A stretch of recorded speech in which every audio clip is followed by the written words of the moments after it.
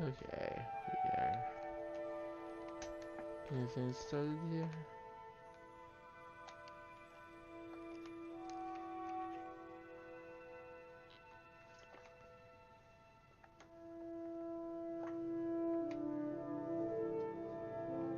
The guy who still uses wired accessories on their computer.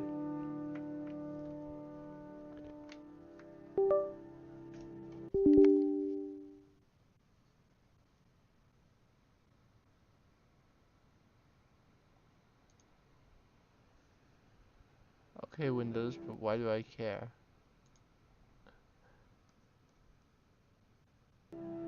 Windows can't find Edge. Okay. That's perfectly fine.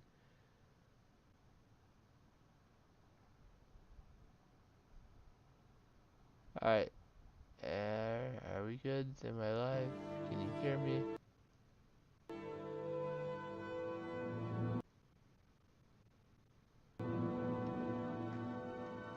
So, here we are in Skyrim. I have a quest to discover the True Entombs, or however I say that. I have a bunch of stuff in my inventory that I do not want.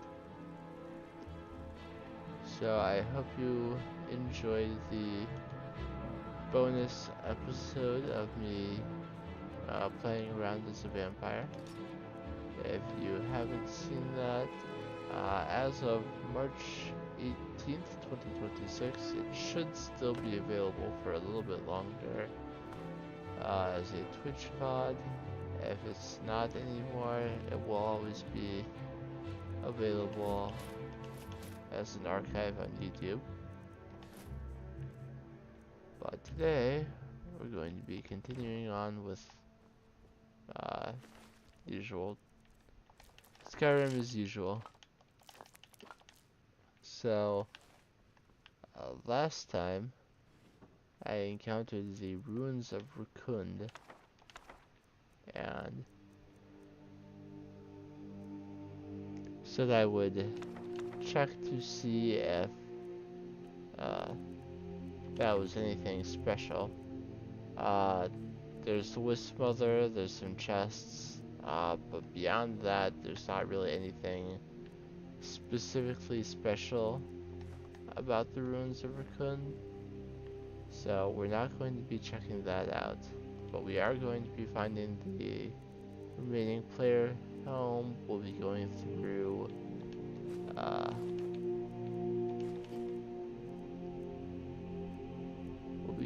through Cagranzel, and we'll be going to Shalador's Maze, because that's where the last shout is. I feel like there's still...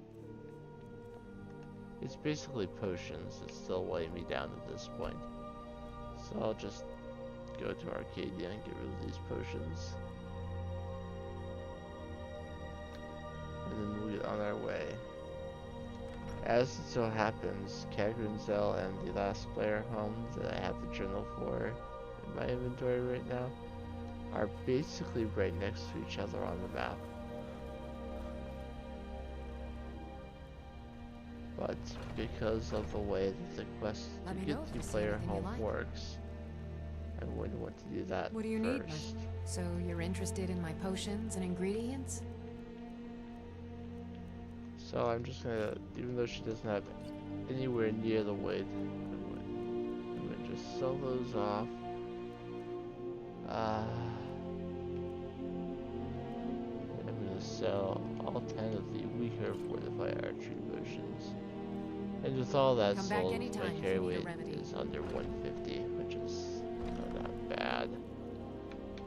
I mean, it's still bad, but when all your weapons are dragon bone, and I do have that perk, right? That makes light armor weigh nothing when you're wearing it.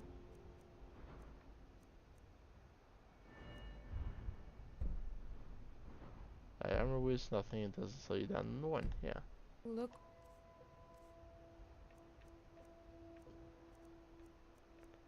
I don't know, I feel like I mean, sure, I still have a good number of potions. I have some food. The black books are quest items, they don't weigh anything. The Elder Scrolls are quest items, they don't weigh anything.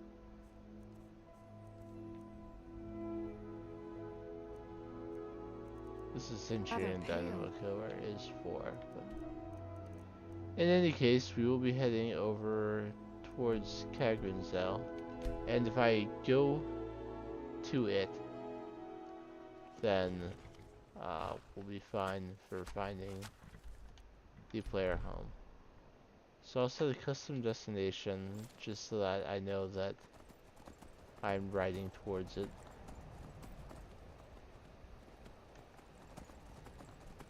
And we can see that there's a cave on our map too.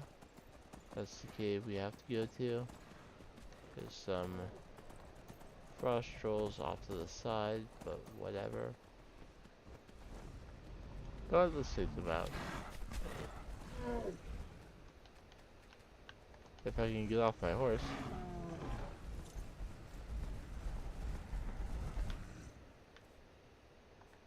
I got a common soul gem plus the Barless Stone.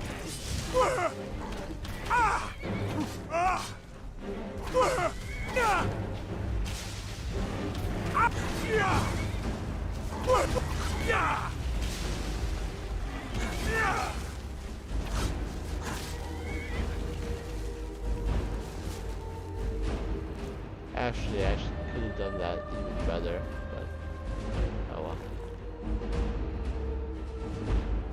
What would have been good is to make sure that the Barlow Stone was filled. Use its charge to fill up some of my bow's enchantment, and then refill it on another one. I don't know if there's a dragon nearby or if it's just rumbling because Kagrinzel is interesting. Ah, another one. So, come to the bow, use the flawed Barley Stone to refill it a little bit. And then kill the frost troll and refill the Barley Stone.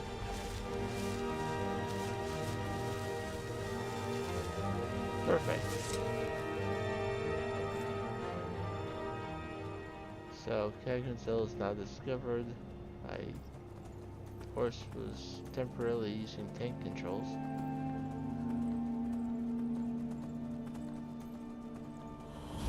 Alright, Frostroot Cave is where this told me to come.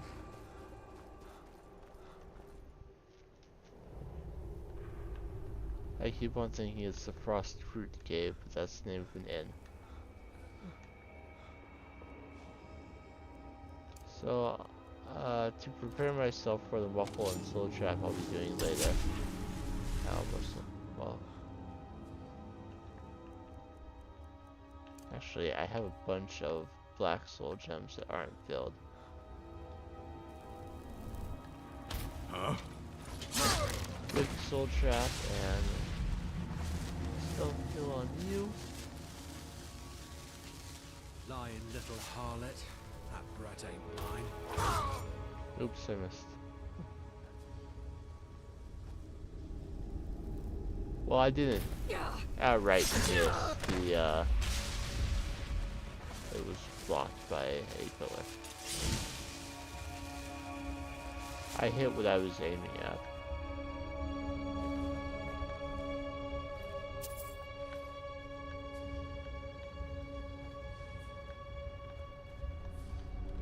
So we got a barrel, we got some carrots. Don't really care. There's a chest here.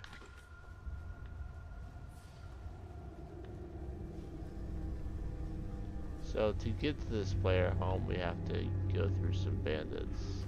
That's backwards. There's a quest marker right there. How about I walk towards that, huh?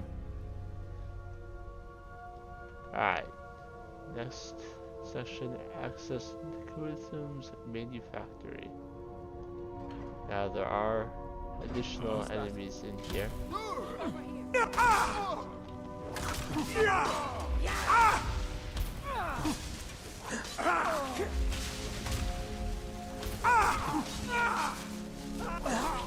Of course, at this point of my playthrough, a small group of bandits, you know, I did turn the difficulty back up, didn't I?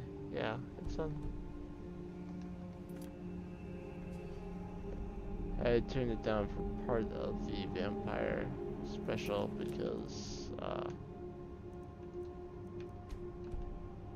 the save that I had necessitated Serana being with us, and she was not. She was killing people before I could get perks from them.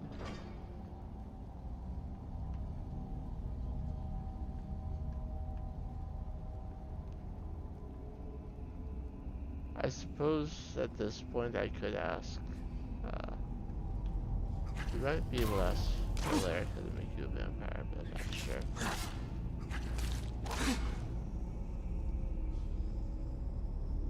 So yeah, there are skeevers and there are bandits.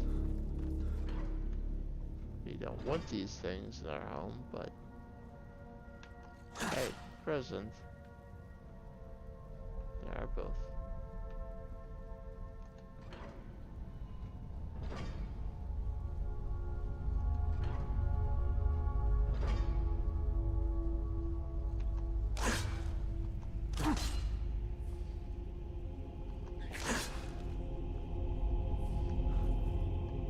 Alright.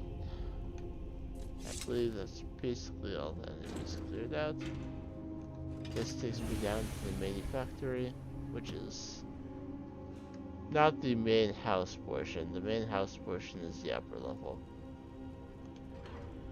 This is just where things get made.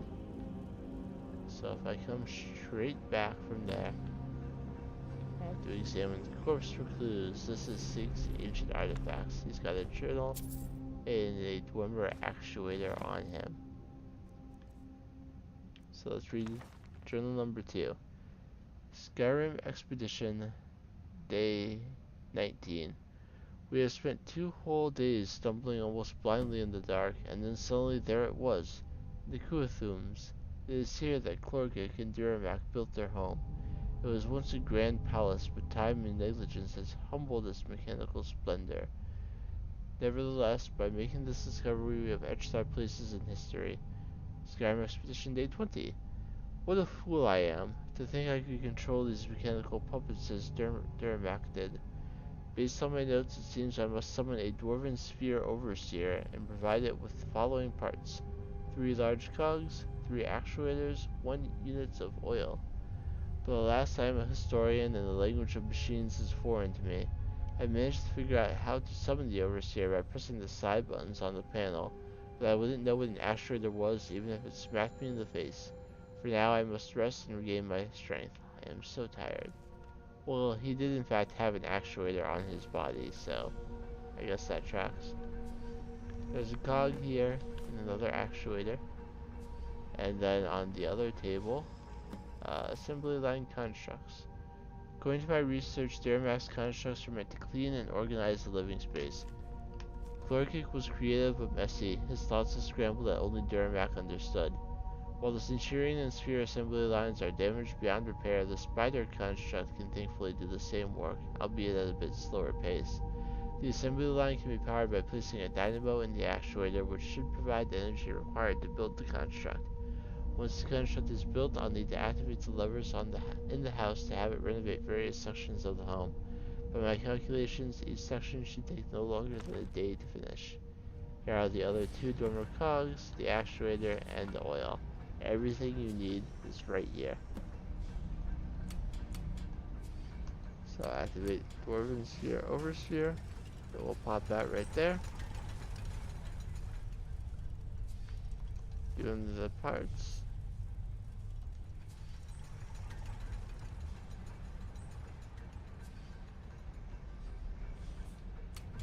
And now by pressing that,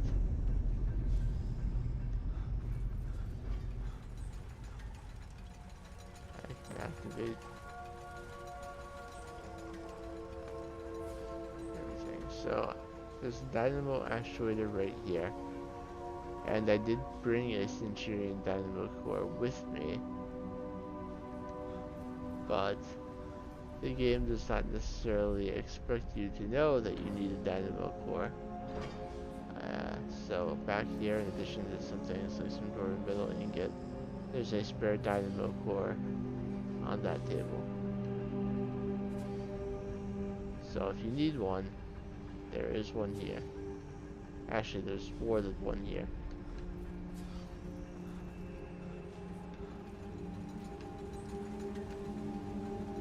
So once you've got one, place it in the actuator, and this button will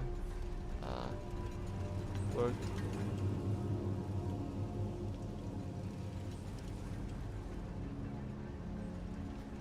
And now the spider is active. So the next part of the quest told me to summon the spider to clean part of the home. So let's go back up into the main home area. And we were told about some levers. So I'll just take this closest lever right here.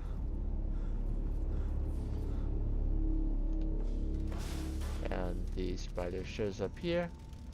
And it says to wait for 24 hours for the renovations to finish. Now I could just find a place to sleep or hang around, wait for 24 hours. But let's actually use some of that time to explore other areas. And the first of those will be Kagrin's house, since it's just right outside here.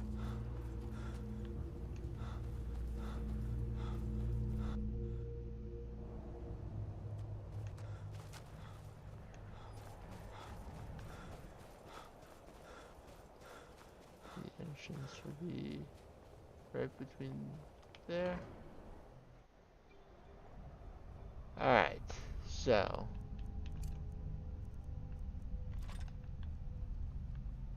this first room in Gagrin's cell, not very impressive. Nothing to see. The second room, as I move forward, a glowing light appears. If you want to loot these bodies, I would recommend it doing so now.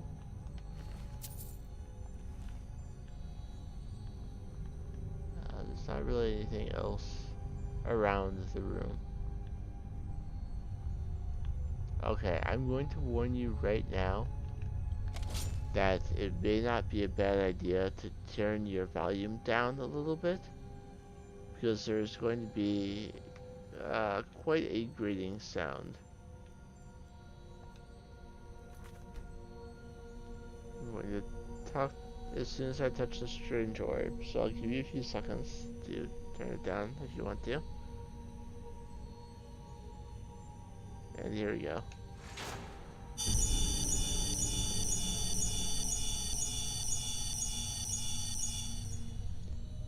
Okay. And it will happen again. Right now the orb is just spinning around.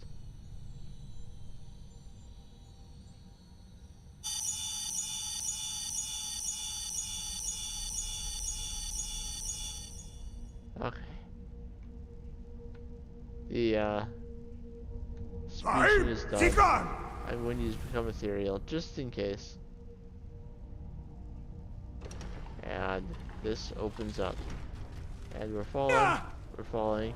That's why I use Become Ethereal, because you might fall wrong. And we land in the water. That is the longest fall you can possibly have in the game. There's nowhere else in Skyrim that is a straight drop like that.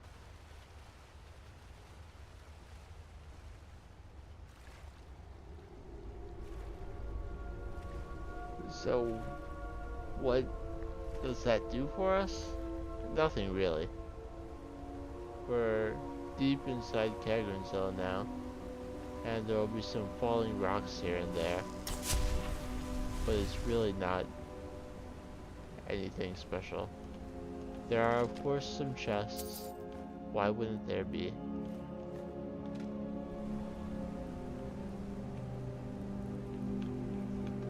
Sometimes I question why the devs didn't put chests in certain spots, but there wouldn't be a dungeon without a single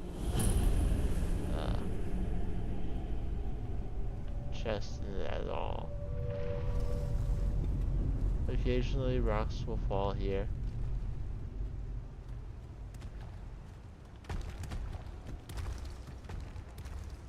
Just when they're coming, try and stay out of their way.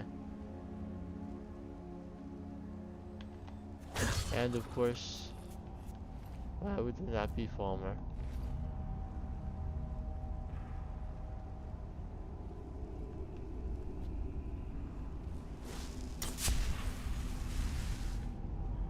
Where there's one, there's likely to be more. There is a moonstone ore vein here, if you want that.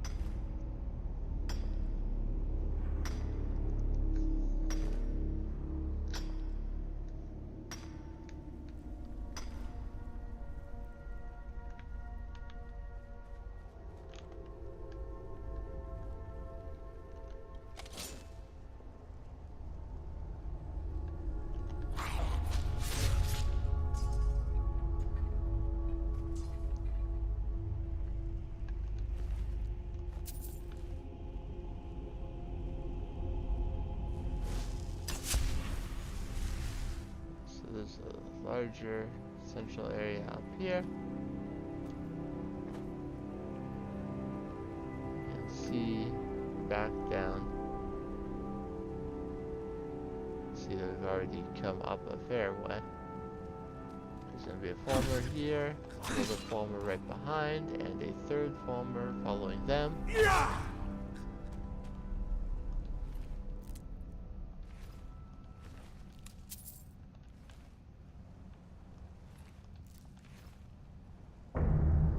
Death of that Falmer would basically clear Kagranzel.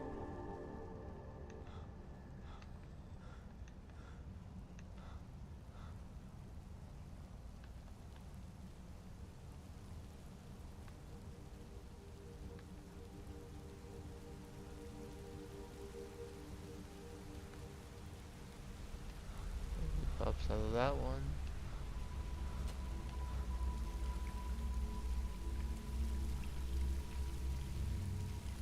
I'm going backwards.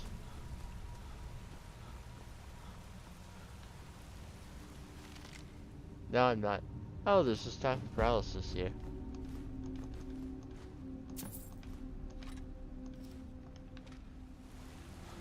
Well, I didn't want to do another collecting the staves quest for Neloth, but I've got it. So this comes back out to Stony Creek Cave. If you remember way back, we've actually been in Kagranzel before. We went in there on one of my trips to Stony Creek Cave, completing quests that sent me here. I hopped up this waterfall and went in there just for a moment. And if the game has a miscellaneous Radiant quest that takes you to Kagranzel, it will often point you through Stony Creek Cave rather than the entrance in the mountains up above.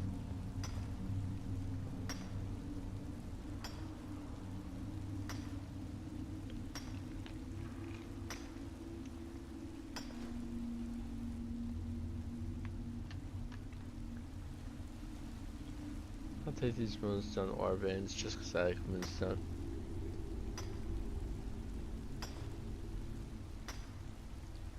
If I could reach the armor cap with elven or glass armor, without having to use a bunch of alchemy and enchanting together, I would.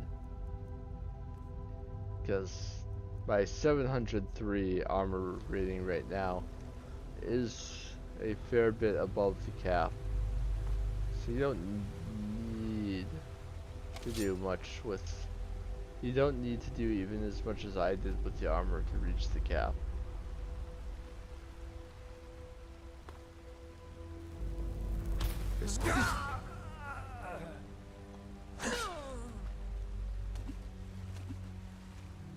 I'll kill these bandits, and because I don't want the lead bandit of the area to be lonely. Okay, so this tripwire, it shows as being tripped, but that's a bug. It has reset, but the graphic did not.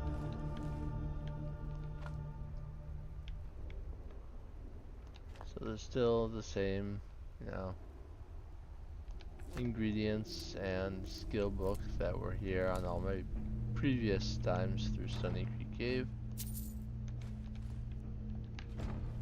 Speaking of elven armor, 3 double mushrooms. Why not?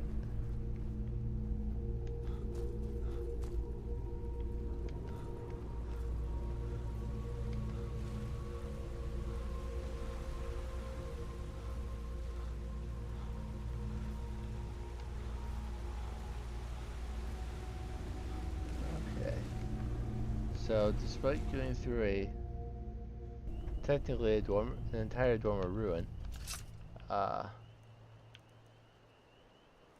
it hasn't quite been 24 hours yet.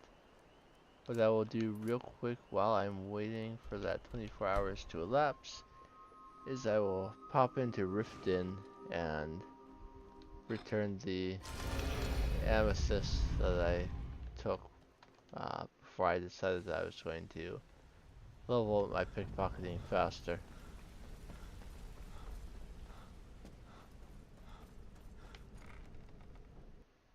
And if I have anything else in my inventory I don't need, I'll sell it to Bex. Or Danila. Always got all your gold ready, boss. You could count every coin. So then. Our guild master graces me with a visit. What can I do for you? You can point me to our fence.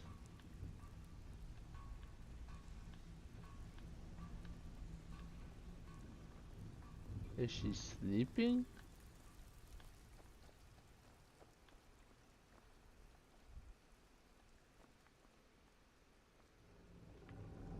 So she is. If you're looking, I've got coin and I've got merchandise. Let's see what we can I mean, do. I won't sell all the things that I put in chests, but if I got anything else I don't need. I don't need extra copies of recipes. I know I don't need all these potions, but I keep them anyway.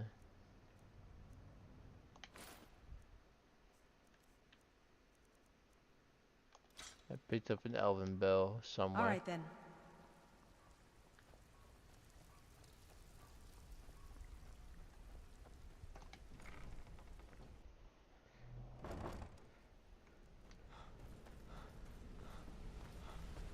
So I am in fact replaying this part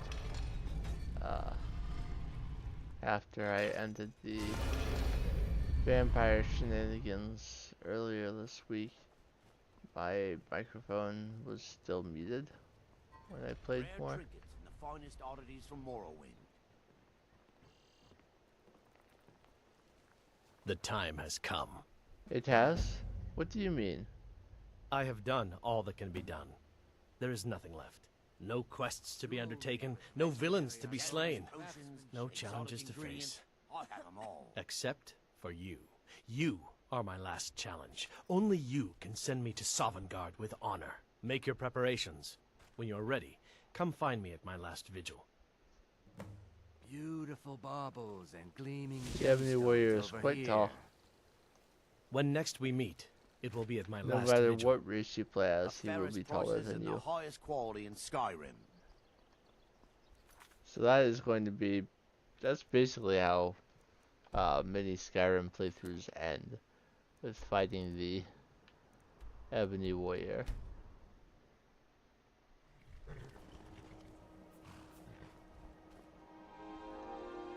It's kind of like the last challenge. Alright, before I go to Shalador's Maze to get the last shout, let's progress this a little bit further.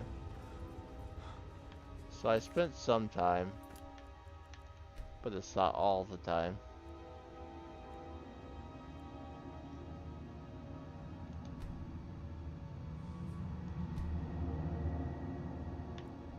When I've waited long enough, it will tell me that the quest will progress. So, the next part of the quest is to summon the Spider Renovator to repair another portion of the house. He's already waiting here, so. But let's see what it did in that first area. Now, clear it up. This central area is not part of that.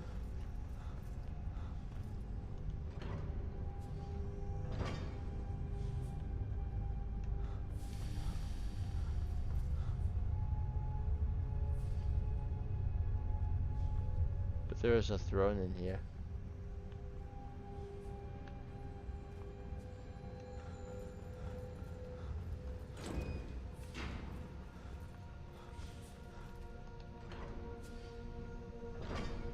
Alright, so this is a cleaned up section.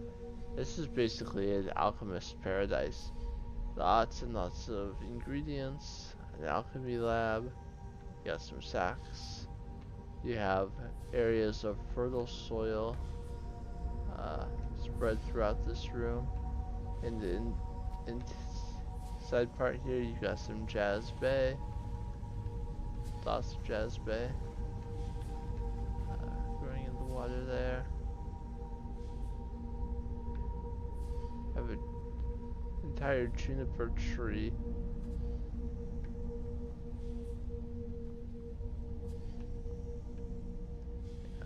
This room is mostly for alchemists.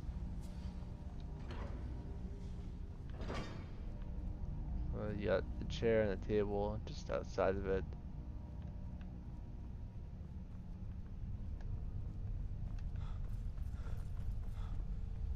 Not too much done yet, but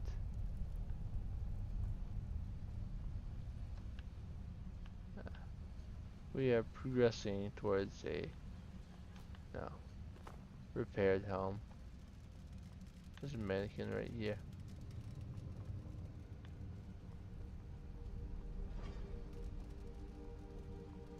A little sitting area back here with some shelves. But yes, right now we're waiting on the waiting another 24 hours. I did not expect to find one of Alice's staves or be going back to Soulstone today, but it appears I am. Finding one of the staves is basically the only quest Neloth will give me at this point, which is why I wasn't bothering. Northern Maiden I've already is done it a ship-shape couple and ready. times. But if I happen to find a staff in my travels, why not return it to him? Azura's wisdom to you, friend. All right, then.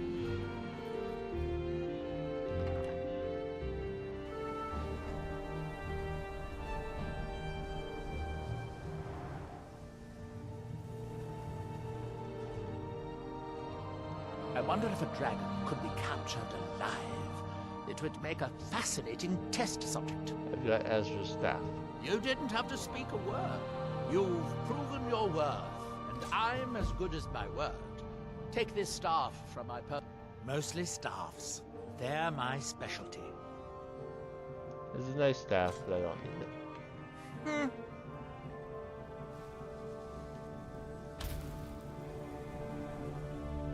My spells are probably just as powerful as that staff. Okay, so Shalador's Maze you will not find on a map. It is a sublocation located within where else would you find a maze?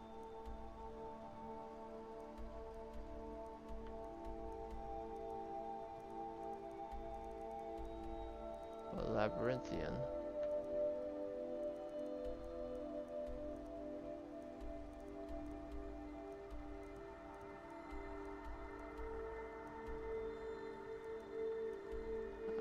I'll go to the labyrinthian shortly when I remember where it is.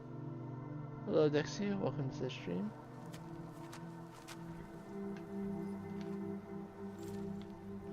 I'm gonna actually come here first and go over to Fort Fellhammer.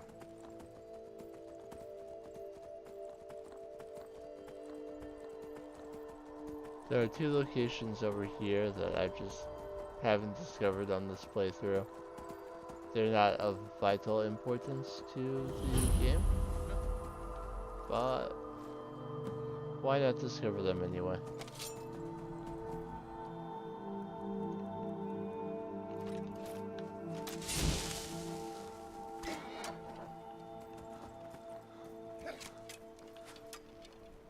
Tell you what, you start running, so I. Sorry, Shadowman. Die, beast! Victory is yours. I submit. I had a demon horse riding towards him, and my dragonbone sword aflame, and he was like, "Oh, I want no part of this."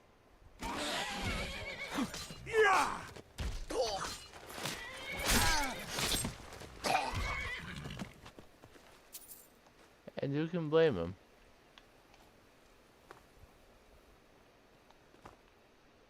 So there are a couple interior parts of Fort Fellhammer versus the garrison, including a bandit chief. Good night. He has the key to the mine. Of a flawed Varla stone. Very nice necklace that takes care of your magic resistance needs.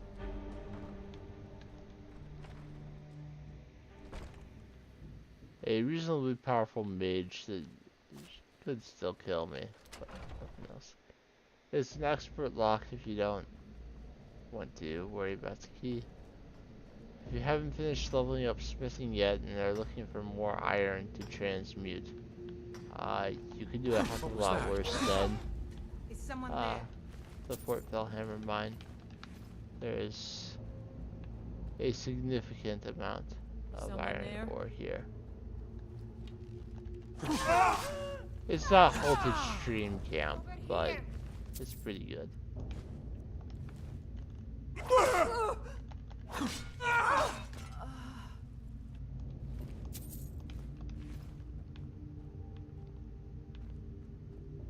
It's probably somewhere between Embershard and Voltage Stream.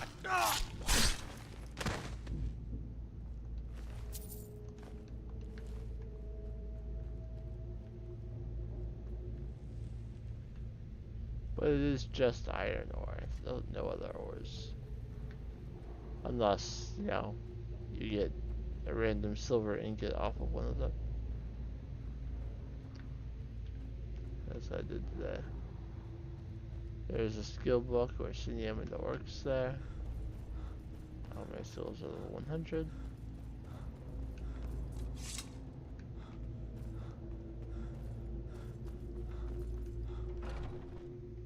So with Fort Fellhammer cleared out, there is one other location.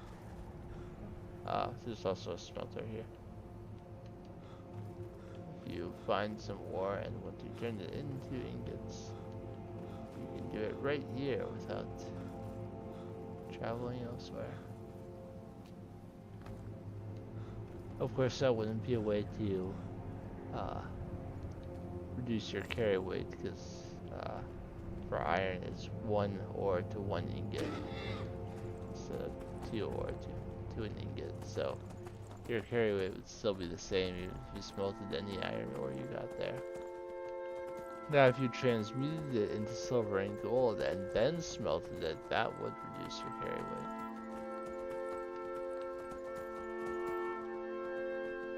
Alright, so up here is Snow Point Beacon, I want to say is what it's called. I know it's a beacon. I don't remember if it's actually called Snow Point. Yeah, Snow Point. And more bandits.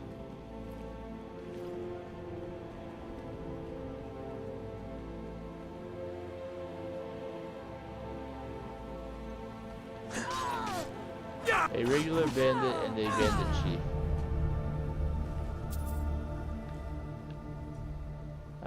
Not really a lot special about this location.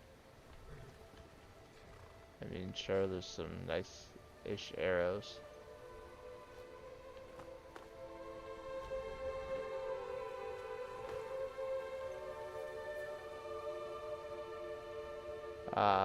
It is, however, a point that can be claimed.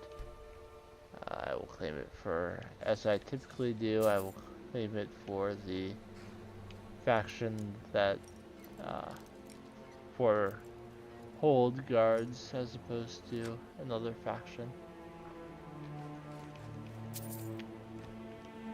The Empire has plenty of room. You can spare some space for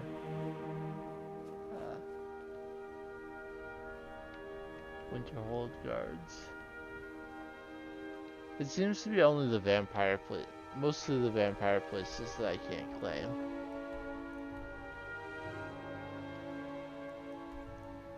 Okay, so we will be heading to Labyrinthian soon enough. For the moment, the spider finished again, so I'll be heading back there first.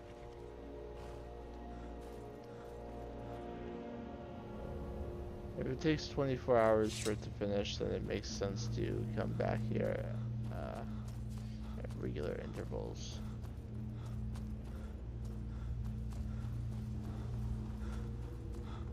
Of course, the reason it finished what felt like so quickly is because I took a trip to Solstein. So the last lever I need to throw can be found over here.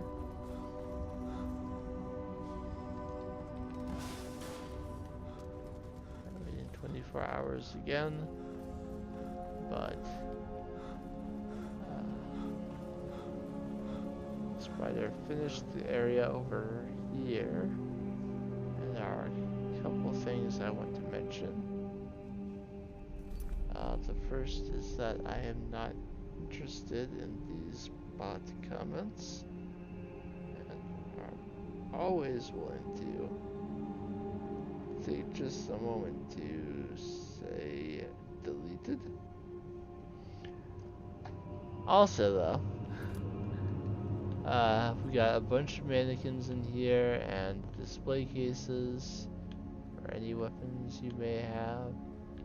I don't like how that banner is clipping through the shelf, but oh well. We have our workbench, we got our grindstone, got a free chest there.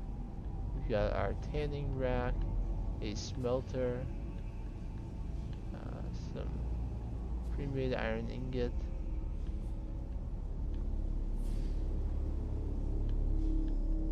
and over in this corner we've got the forge itself. and some more free ore. Through this door, we have sleeping quarters. There's a bed there, and a couple beds over here.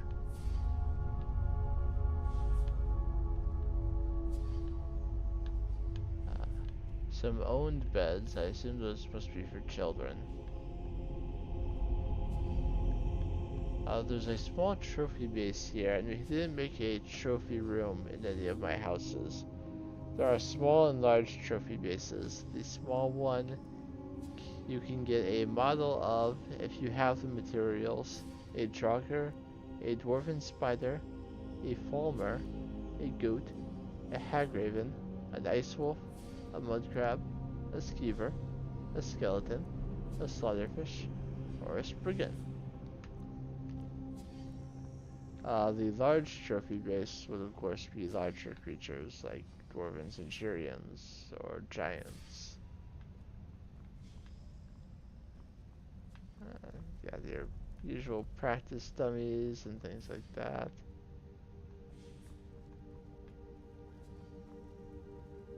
I think it would be nice if there were a large trophy base somewhere too, but if there is, I have yet to find it. There's a nicer bed. You don't want to sleep on stone. Lots and lots of mannequins all over the place.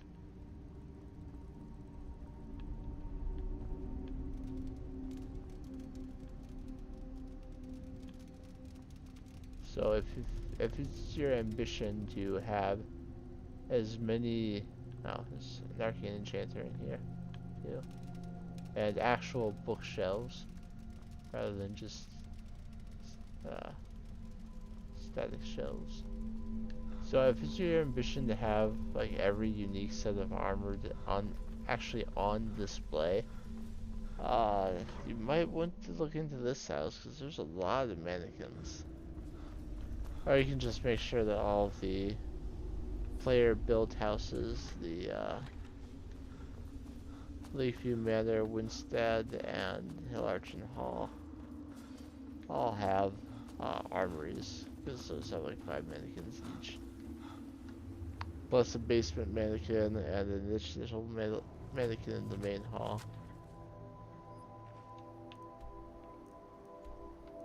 Alright. Now, off to Labyrinthian. I know the icon of Labyrinthian. I'm trying to remember where exactly it is.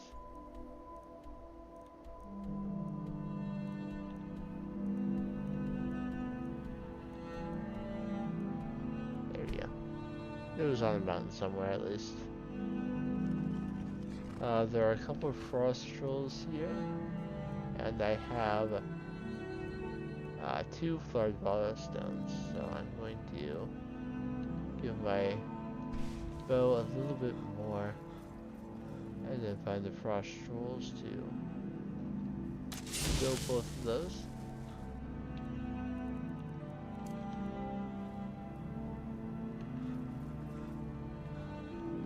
Make sure I get as much as possible out of this trip to Labyrinthian.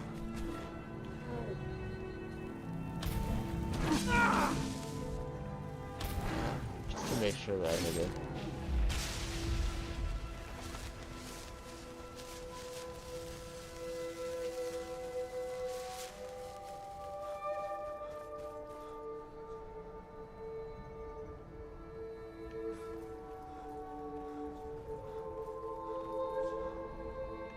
I thought there were 2 frost trolls back. Where's the other?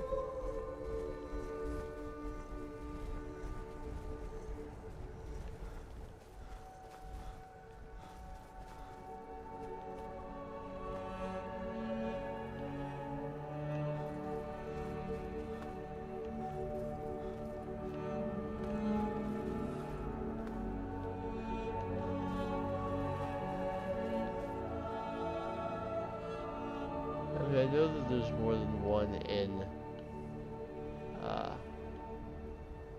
Labyrinthian as a whole. I believe there's 3 out here. But that doesn't mean that all 3 will always be here. By the way, Lost Talk is right there. That's not where we're going. There you are, Frost Troll. Hello. And goodbye. Alright, so if you're here looking for Shalador's Maze, let me just grab these barrel organs real quick. If you found the place where you put the Dragon Priest masks, go behind that and through here. And that will lead to Shalador's Maze. Now, if all you want, if the only reason you've come here is to get the award wall, then I invite you to come up the stairs, up over here, and just run all the way around. This will allow you to circle around the entire maze. And right down here, take some damage, is the ward wall. You do not have to enter the maze at all to get the ward wall. But how much fun is it to encounter a maze and not go through it? So I will come back around and start from the beginning with this burnt corpse and the tattered note. Enter twice, exit only once. Alteration will lead you to destruction. Only illusion shows the way to restoration. Conjure not, but be conjured instead. And it gives you a alteration staff in the form of mage light, illusion in the form of fear, restoration in the form of repulsion, and destruction in the form of fire bolts. Come forward, and the sigil of alteration will light up.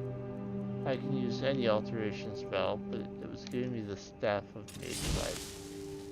So, let's use that one. And that will lower these gates. There's also a scroll of mage light behind that shutter, if you want it. There is no gameplay reason to open these shutters. Sometimes there are things behind them, but it is not necessary to open them. And of course, you're progressing through the maze. I just feel like doing it, honestly. It makes me feel good to open the shutters.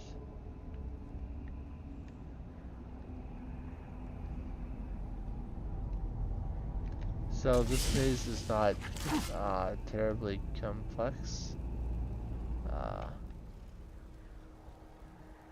It's not like branching paths or anything, as long as you just follow the path to the next circle.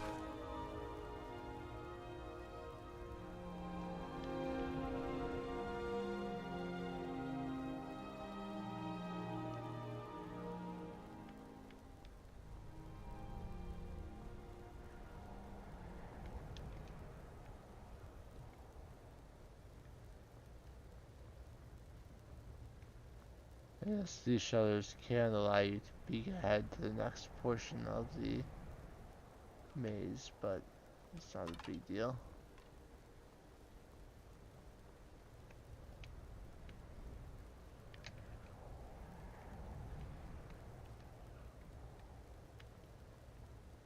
And eventually, you just follow the path.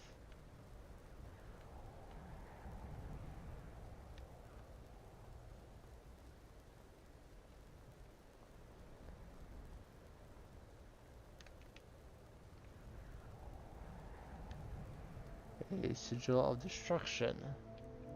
So let's use a destruction spell. And we fall down.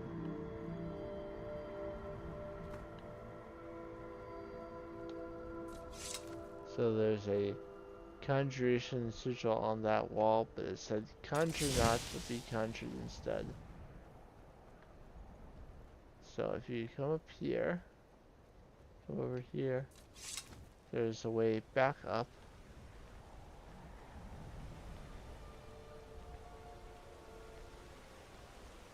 And then it goes down behind you.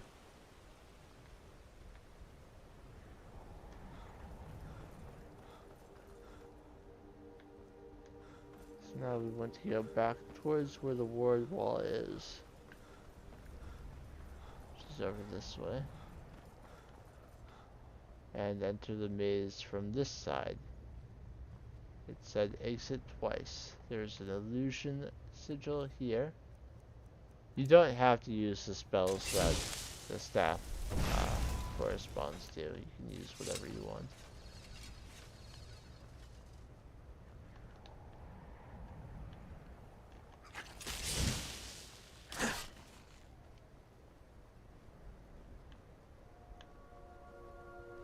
And this is just like entering from the other side. Only one path to follow.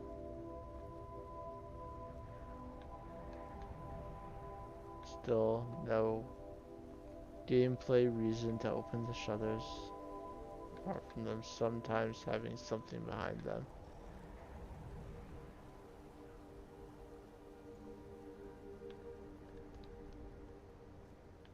Horcrux tusk there.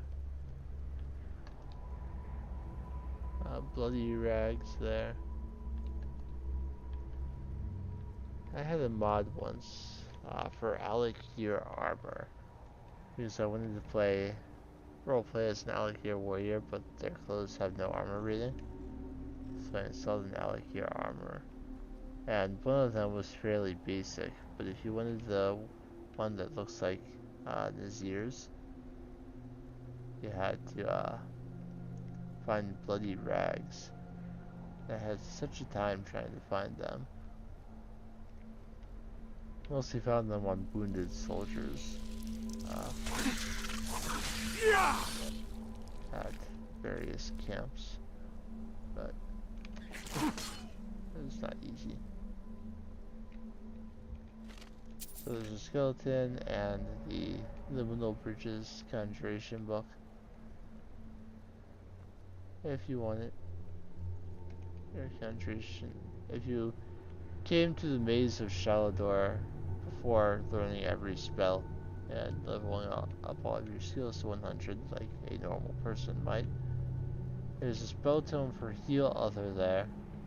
So if you don't know, if you didn't pick up the staff and don't know one of the healing spells that actually shoots something out that will activate the sigil, you can get Heal Other right there, and chances are you can probably cast it if you made it this far. The one it said was Repulsion, which is probably some sort of repelling or turning undead.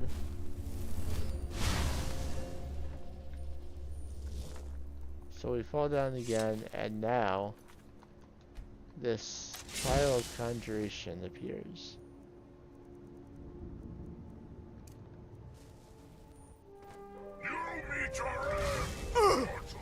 And a Dremora. You can have a Dremora. Hit him a few times, and you'll be transported back out to where the maze is. There's also so there are. Kill the Dremora, and you can get the Danger Heart, of course. But also, the item you can only get here, and why I decided to go through the maze, Diadem of the Savant. Diadem of the Savant is a light armor circlet that makes all spells cost 5% less to cast. So if you prefer to wear a circlet while playing as a mage, and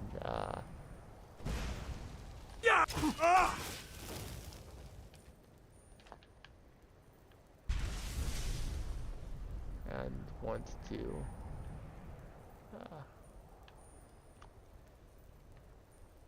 want something that reduces all of your spell costs, that could work.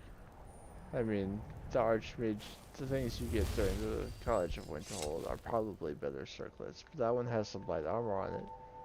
So if you're not using the Mage Armor perk, that makes flesh spells more effective when you have no actual armor equipped. I could see that being okay. There are banners here, but they're vanilla banners. It would be ridiculous if you could claim Shalador's Maze. So we got that unique item, and we got the last word of dismay. Unless I am totally forgetting something, that is every shout and every word available in Skyrim.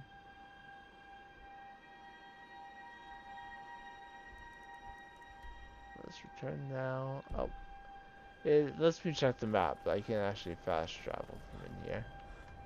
Which makes perfect sense. I should not be able to.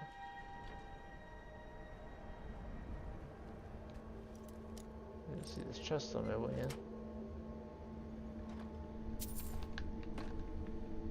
I didn't break a lockpick and got 4 more. Plus a little bit of gold. Because, you know, with almost nothing left to do, and over 250,000 of gold in my inventory, that's obviously that 45 gold is changing everything.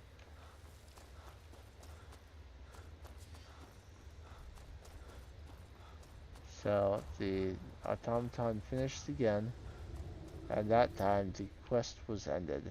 Using the Truthum's manufactory assembly line, I built a spider contract to help renovate the house. After summoning the contract on the main level of the ruin, I was able to fully restore the home.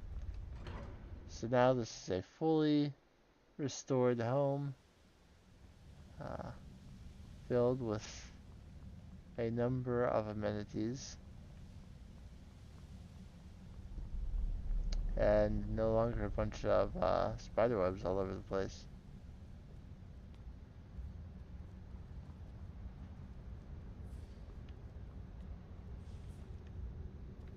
As far as I can tell, all that button does is bring some steam down from over above you. So I guess if you like to bask in steam, that works.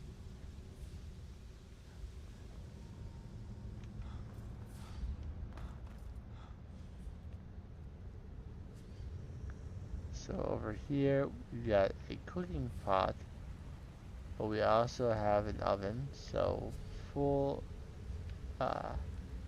they have access between the two of them to the full range of cooking recipes. You have some ingredients hanging around in here, plus your usual, your dried elf ears, your pheasant, your garlic bread. Rabbit. I know, it's garlic bread. We all wish it was garlic bread.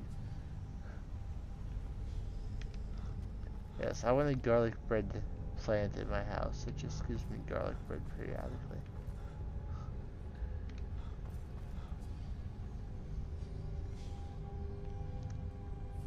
So basically it has all the things you'd expect from a house, apart from the trophy base and the exceptionally large number of mannequins.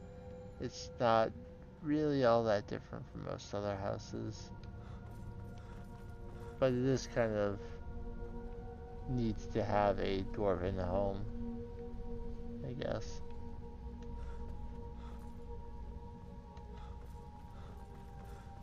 So that is that quest completed, and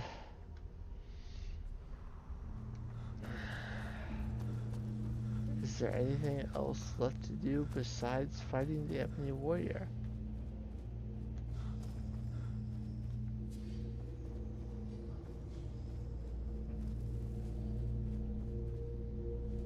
I guess I didn't come down the side path. There's a chest.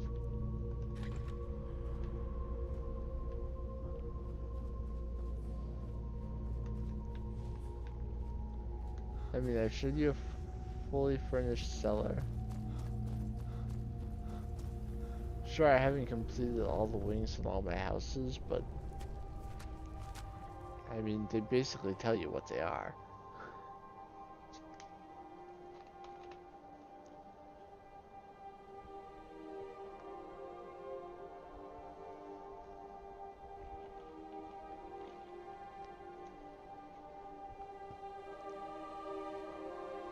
I'm going to take a short break, look at a list of side quests to see if there's anything else I'm still forgetting. And if I find one, we'll do that. If not, we will head to the last vigil to face off with Ebony Warrior. So I'll be back in just a little bit.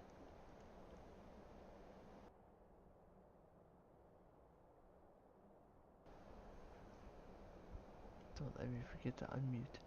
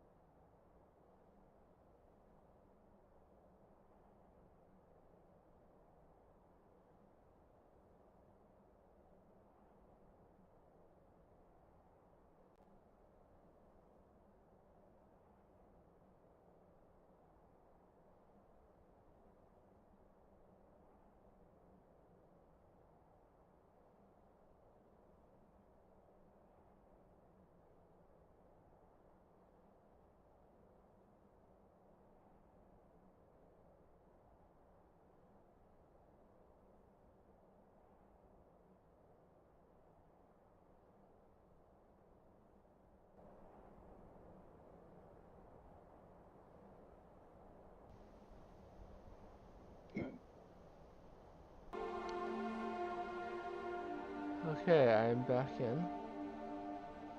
So I looked at multiple lists of the quests in the game. I looked through the unofficial Elder Scrolls pages. I looked through the Elder Scrolls fandom. I looked through multiple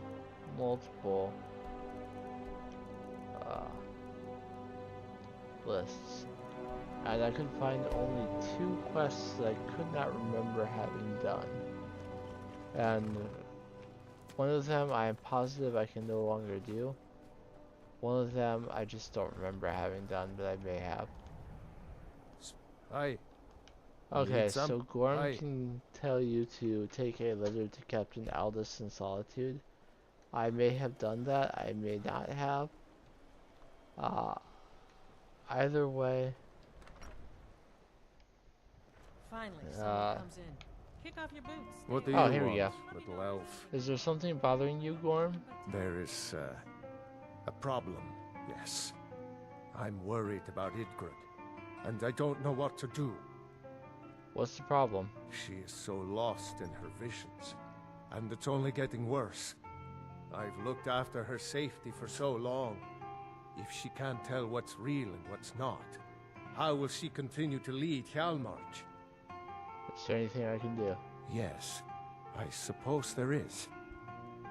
There is a letter, one I have had for some time now. I think it is time it gets delivered. I cannot leave Idgrid's side, so I must stay here. Could you see that it reaches Captain Aldous in Solitude? I'll see that your letter reaches Aldous. Thank you. Please, do not open it. It is private. Yeah, sure. All You've right. been a good friend to me. That means something. Yeah? Morthal used to be a quiet... So, I haven't spent a lot of time in Morthal, which would explain why I haven't gotten that quest previously.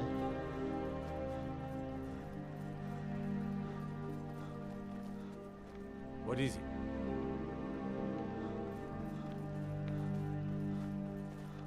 So, Captain Aldous will probably be asleep around this time. Yes, Dovaki.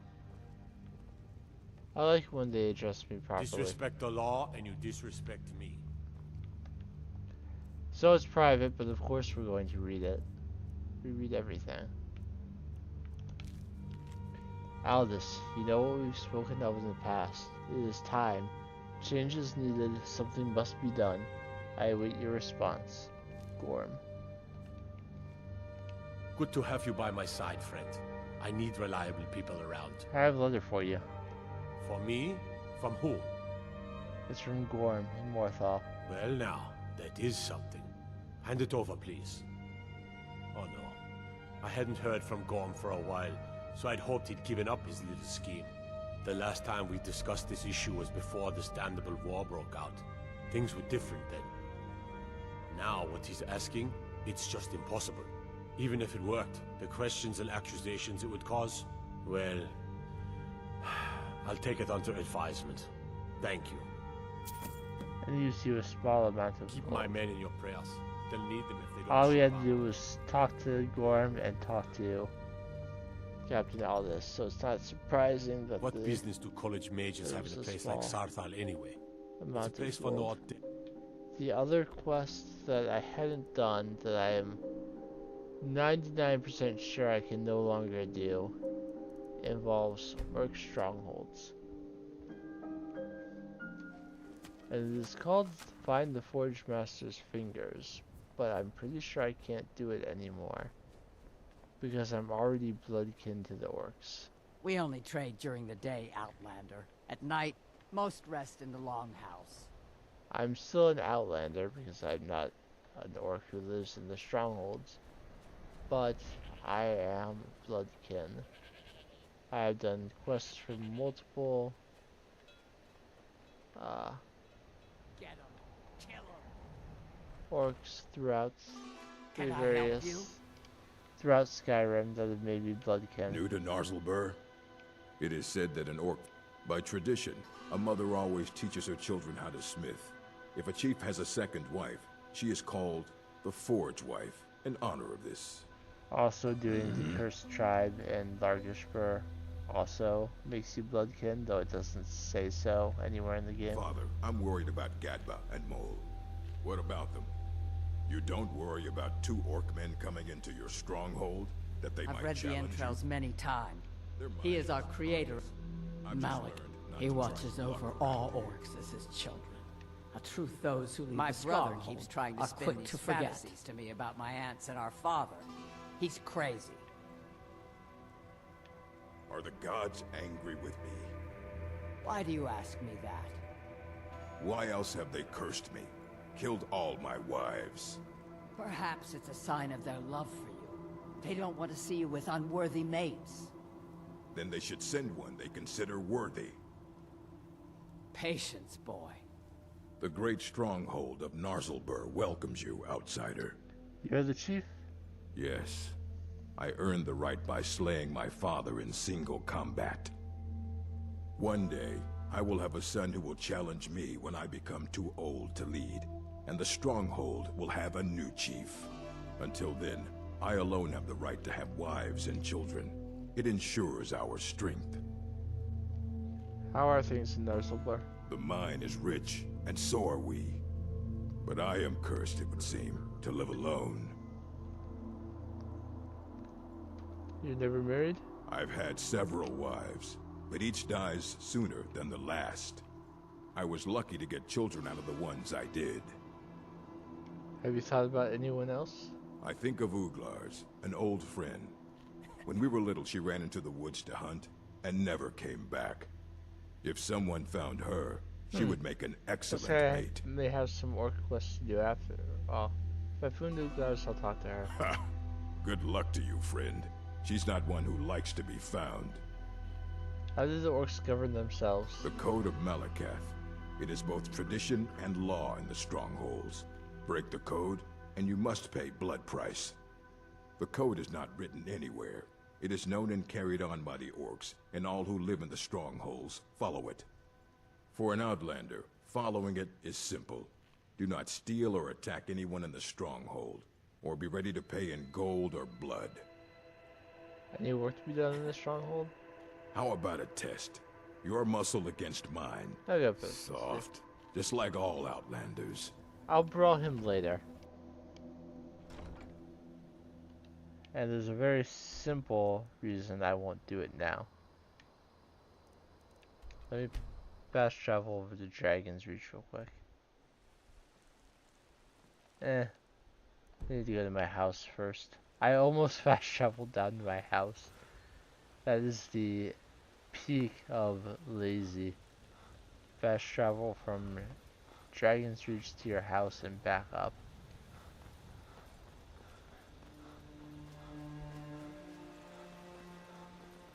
Before I do an additional brawl, I do have that Smash His Face ring, as I named it. If I'm going to do more brawls, I want to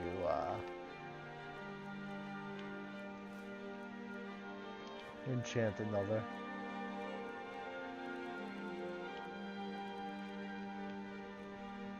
And while I'm here, I'll get some things out of my inventory.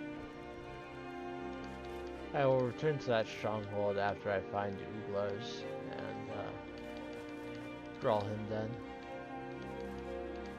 For the time being, I'm going to keep those flawed Varla stones with me. And when I find an enemy that I know for a fact is a common soul, I'll keep doing that until my bow is fully recharged. Since the game glitched out and got rid of the black star from my inventory, the flawed Varla stones have become more valuable to me as a result.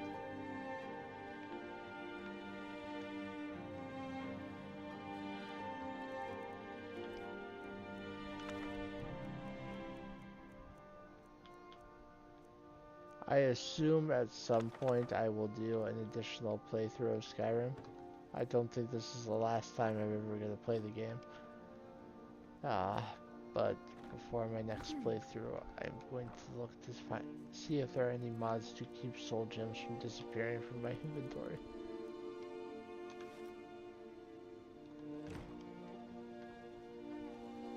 Because that is quite frustrating to keep happening. Alright, so previously I chose looks like a silver, some sort of silver ring.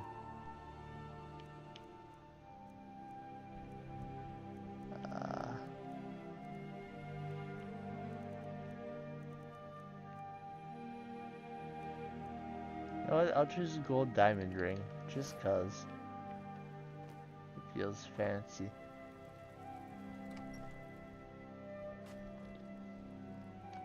I'm going to win the brawl anyway. My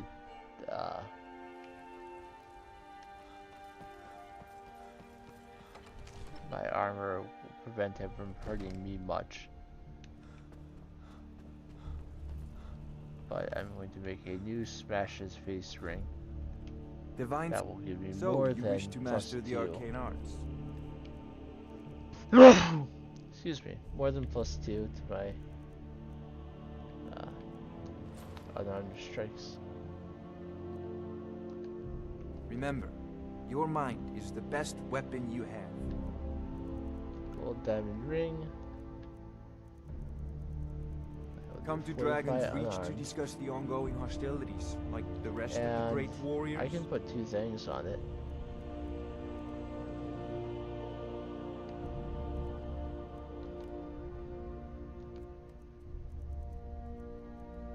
Why not light armor? It doesn't actually help, but if the point of the ring is for brawls, then increasing my armor is good as well. Rename item. I'm gonna turn on caps lock this time. Smash his smash their face.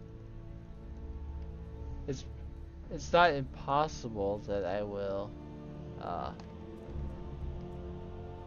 battle a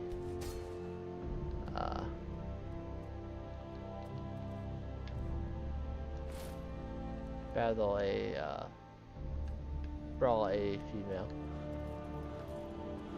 Uthgerd is the one that comes to mind off the top of my head, and Be glad she's you're here, not potions, right? Not out of alive live. anymore. But alright, find Uglars. So Uglars is not on the map. I can't just say find Uglars, show on map. She went into the woods and never came back. I guess this didn't show up in my search because it's not a side quest, it's a miscellaneous quest.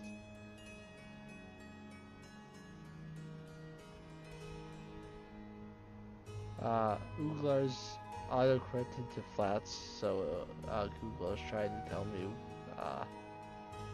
apartments that are available for rent in my area.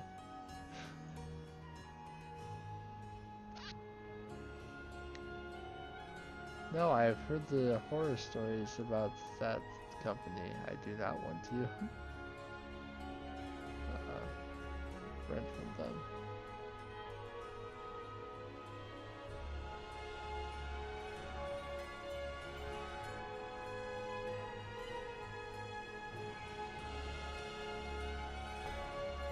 Alright, so I will pop over to another orc stronghold one, but oh, never mind. It came up.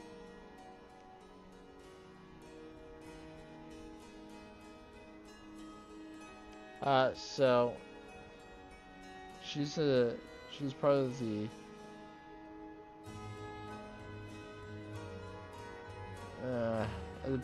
according to a Skyrim talk page on the unofficial Elder Scrolls pages, she's not in the game. But she is added by the cutting room floor apparently, which I do have. Southwest of Prague Wallow Slope and east of Steaming Crag Camp. So this, if you're playing the vanilla game, you will not find this character. She's an unmarked hunter's camp over this way. If she has been added by a mod.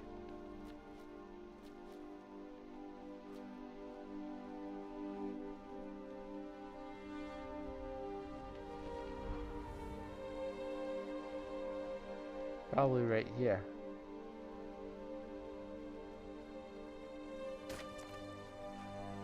I am Uglars, huntress of all. Are you from Nazarborn? It was my home, but I left. The woods felt more alive, at least for a time. Do you know Mahulak? Mahulak. I remember him. Little Sure. scrawny fellow.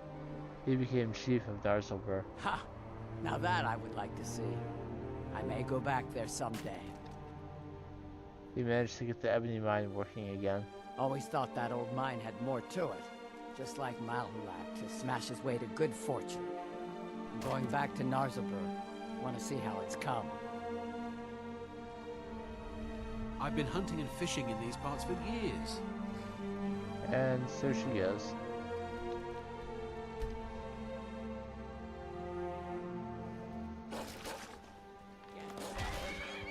Hi, wolves.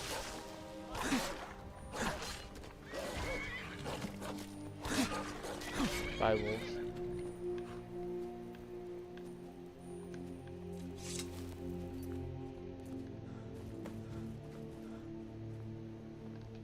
Urog and I still hunt a lot, so it's not like I'm cooped up in the longhouse. It's late, Outlander. Come back in the morning if you need to spend coin. You lost? Glad my father seems to have found someone. I just hope she can hold her own against my aunts. My brother keeps Fight trying well. to spin these fantasies to me about my aunts and all my arguing never predicted this. A woman from Mahulak, eh? What We'll about see how this goes. You don't worry about two orc men coming into your stronghold? That they Urog and Dushna. Urog and I still hunt a lot, so it's I held them as they watched their mothers die after birth. They know me best now. Uglars is a great huntress. Perhaps you can teach me something new. And in the meantime... Come to purchase ebony? Our gloombound money. How about a test? This will be good You're trading. on. Smash the face. Let's go. Come on. You're mine. This should be good. It's So nothing. it does almost no damage to me. I'm doing good damage to him though. Getting out of here.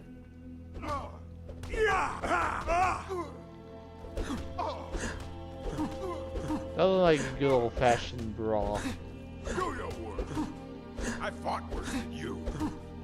One of the most fun playthroughs I ever did was a heavy armor, no weapon Khajiit. Just suplexing everyone to death. You bested me. An orc chief. Impressive. That you have. Here. May your next fight bring you victory, friend. I think I like this new Until next time. Father's. I mean, nothing like that. I just think she's nice. Fight well. I am proud to have a mate to share in my blood. I will sleep in the chief's bed. Having bested him in combat, I have earned that right.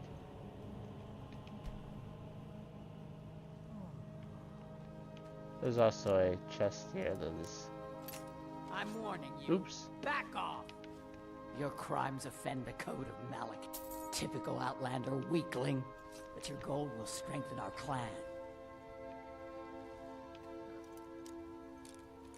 I thought since it doesn't show up as stealing, it wouldn't be a problem to pick it.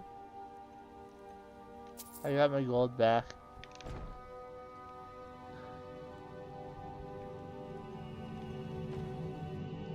As you saw, the This bounty was worth came up coming as back for.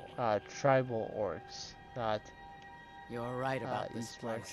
And about Mahulak. Come to purchase ebony? Our gloombound mine runs thick with black veins. My brother keeps trying to spin these fantasies to me about my aunts and our Mahulak's father. cellar? That seems interesting.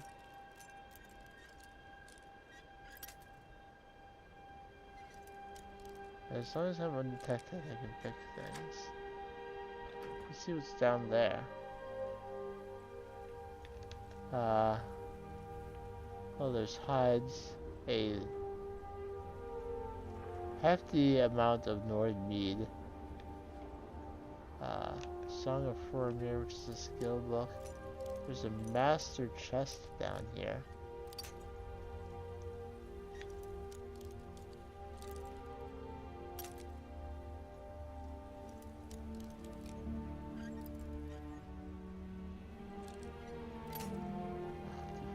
Wrong direction.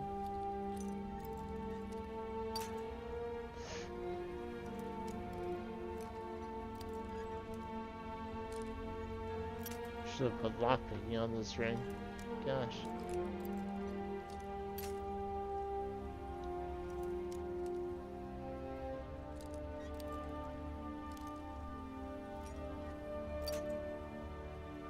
I have a pretty good idea of where this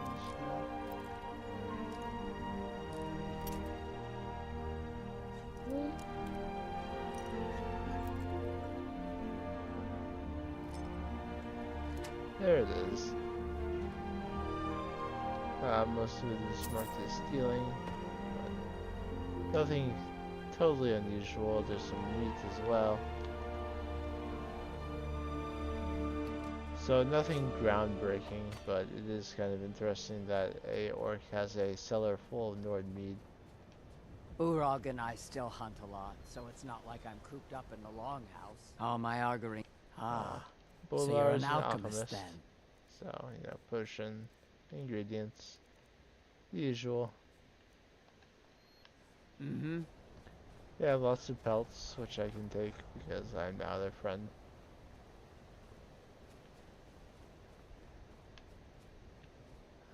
Another wooden door that's locked. There's so many locked things in this stronghold.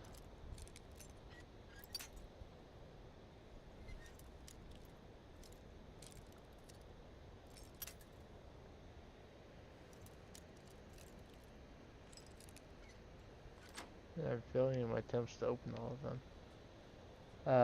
Well, there's another chest in here. And seems to be some ore. Including some ebony ore. So it looks like they store some of the ore they find in there. If I were to cross this bridge, I could find Gloombound Mine. If you're a heavy armor character and need to smith some ebony stuff, well, or calcum, doesn't matter. But there is, in fact, an ebony mine right here.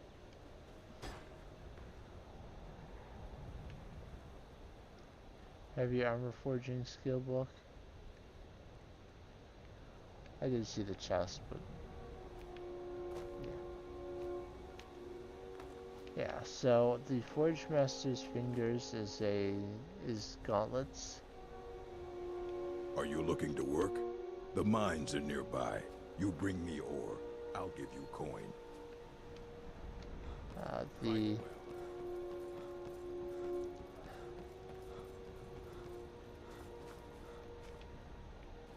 It's heavy.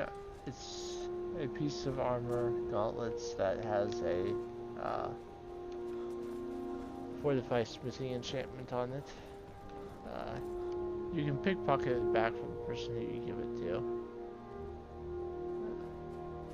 But I mean, you Glad just my make, father seems to have found. I'll buy you can just everything make you've dug things. up. The finest weapons and armor. Fight well. Alright, so it appears like if I want to do more things, Orc Strongholds are my best bet. So let's go over to Dushnik Yal now.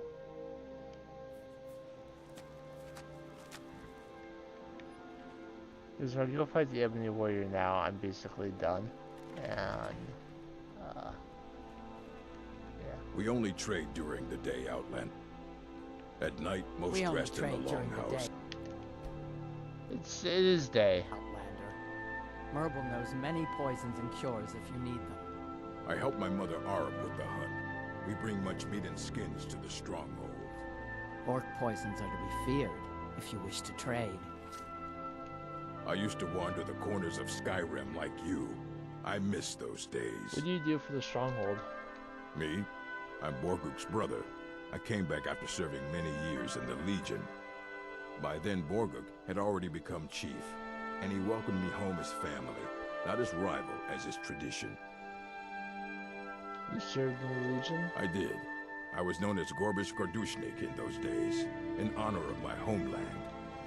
Many orcs leave the stronghold to join the Legion. They welcome our skill in battle and smithing, and we welcome the chance to see the world. You miss traveling? I do. There's a freedom the roads give you that the stronghold does not. But I have a place here, and I wouldn't want to dishonor my clan by leaving again like some young pup. Why don't you travel with me? I couldn't. It would dishonor the place the chief has made for me. You just told me you missed the adventure. You're right, look at me. Talking in circles like some old wise woman. Very well, Outlander. You have my axe when you need it. All right, then. No, I don't need a companion right now, but I thought I would talk to him at least. One day, I intend to be chief. I will fight my father and my brother for it, as is tradition.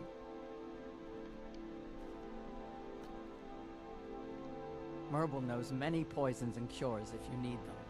So, what good would an orc stronghold be?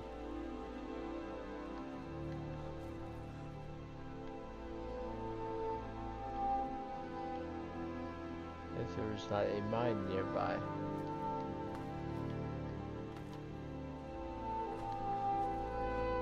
Here we have Dushnik Mine. How creative. This is a... If I can find an ore vein anywhere in here. This would be just your basic orichalcum mine. I'll take one ore so that if I find the person who wants to buy it. The mines are hard, but Malakath rewards those who rise to the challenge. I'm here to mine, Outlander. So unless you want to dig, get out. I served my chief and my brothers by working in the mines. It's the only place fit for an aging orc. Every orc learns the heavy labor of mining. I'll spend years in the caves. I found several people in here to talk to, but none of them wanted to buy the orichalcum ore from me. Sorry, Outlander, but this old orc cannot help you. Borguk is the chief here. I feel like it would be strange if the chief were the one who bought the ore.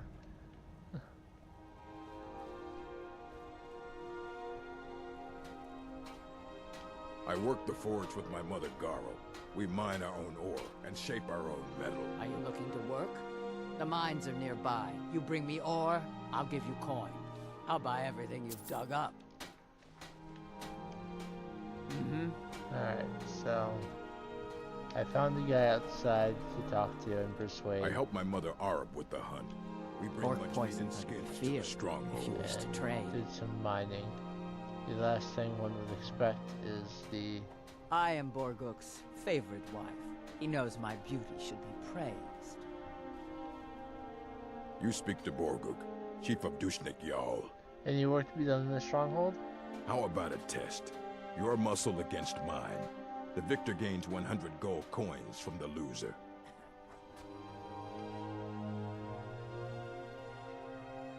So, some sort of flash behind me? I know it's not a storm. We're not having storms today, and it's very bright out. How's that light? Anyway, you're on. This will be good training. Let's go. It's cold Come on, today, but let's see what it's you not made storming. We did have some snow last night, but I'll shatter your bones like glass. yes. Overnight, going from March 17th to March 18th, we had snow.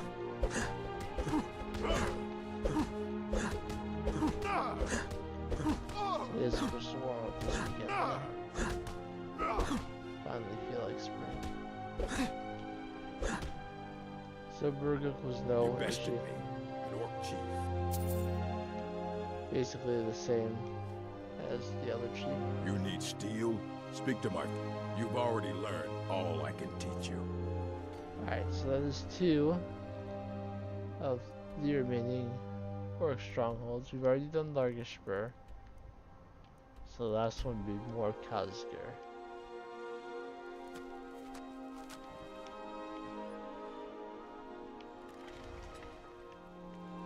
An orc-centric potential finale. You should see my mother, Sharam, if you need a cure. So Sharam is the name of the alchemist here. I'm a strict follower of the old traditions. Honor, strength, deeds. We have Soon. Borgak here. I envy you, Outlander. I am Lorik's daughter. Soon I'll be of age, and will be sent to marry an orc chief in some distant stronghold. Until then, I train. My new home will need strength, and my new sisters must know I am not weak when I arrive.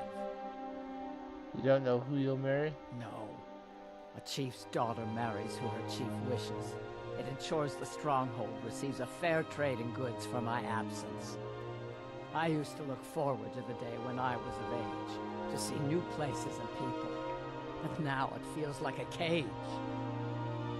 You want to leave the stronghold? Yes, but I must stay here and wait for the day when I'll be married, and sent to another stronghold. It is our way, and I am proud to follow my people's traditions. But I can't help but feel chained. Why don't you come with me? I couldn't. It would shame my chief, and my mother, and 4 mothers. They'll understand, trust me. You're right. Malakath teaches us to meet our fate. Perhaps this is mine. Mm-hmm. So another orc follower I could get? Should I desire to do Even so? good hammers warp metal if struck without care.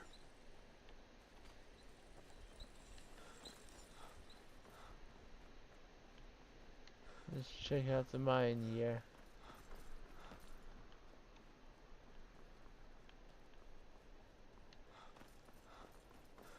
This is the Morkazgar mine.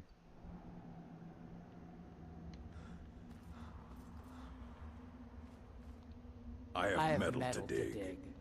The mines are hard, but Malakath rewards those who rise to the challenge. And it looks like it's Orichalcomore again here. I guess since there are orc strongholds with Orichalcomore, they decided it didn't need a special name. Malakath has given me the task to mine. Mine. Good I ore have brings metal to strength dig. to our people.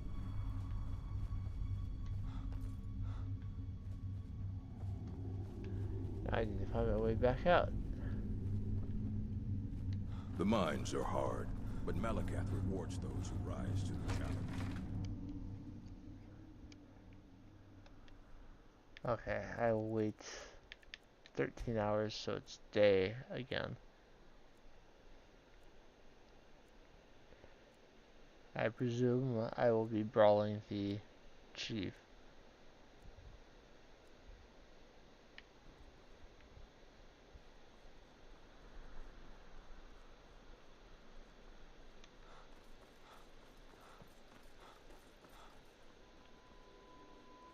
There's also another quest. I work in Are the you forge looking to work? and the mines. The mine. Mother says I'll buy it pleases everything her you've dug and our up. people. All right then. Even good hammers warp metal if struck without care.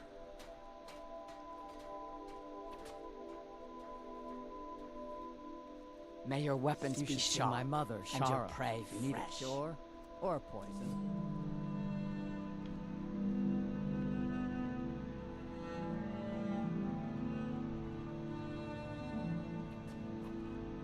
You gotta blend it I in. have poisons for your weapons, Sure. cures for your ills. Alright, here's the chief. You are speaking to Lorik, Chief of Morkasgard. Any work to be done? How about a test? This will be good training. Let's Unlike go. the other orc chiefs, he's not even Come on, wearing You're mine. That's it? That's all you've got?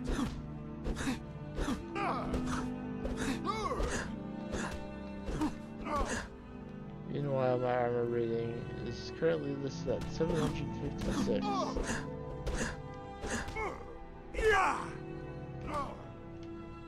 Left-handed power attack. Left-handed power attack. You bested me. So that's basically what I can do here. I'll go discover that place on the map that is not shown as discovered. And then I'm going to pop over to Karth Wasteland because I think there's another orc-related quest I can start there. That requires me to go to a stronghold, but to like deliver a letter or something.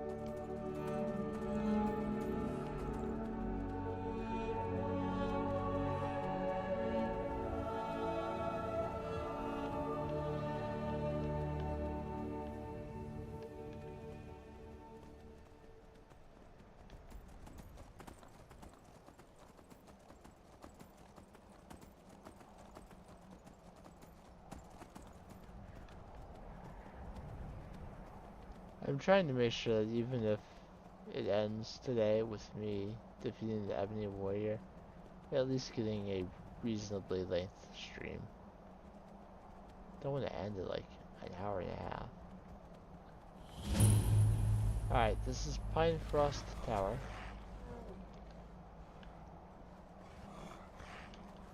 It appears to have been knocked over at some point.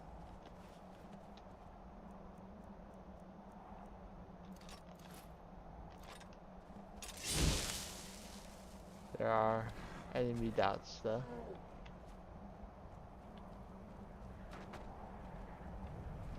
More frost trolls. Currently in my inventory I have a common soul gem that is not filled. So let's soul trap one if you get to fill that soul gem. Then use one of the Thard Vala stones to continue to restore my bow. Looks like it's fully charged now. And defeat the other frost troll to charge it up again.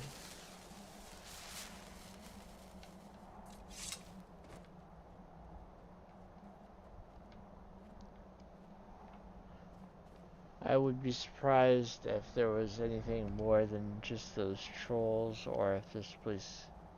There's probably a chest somewhere around here, but I'd be surprised if it could, like, be claimed or something.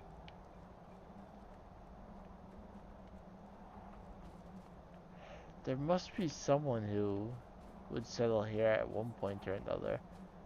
I would not imagine that the trolls are regularly cooking venison stew.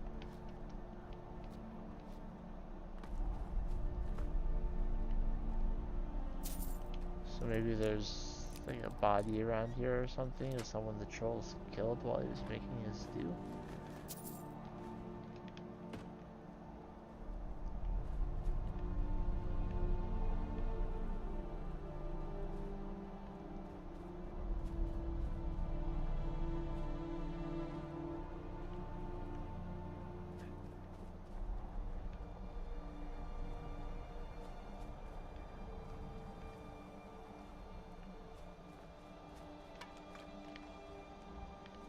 Maybe that person that appears to have been mostly eaten.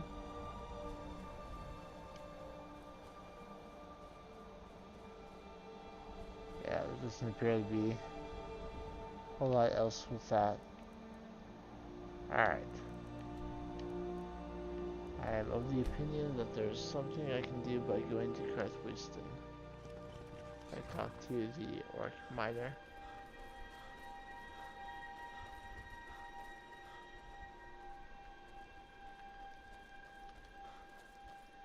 It's 2:30 p.m., so they should be in the mines.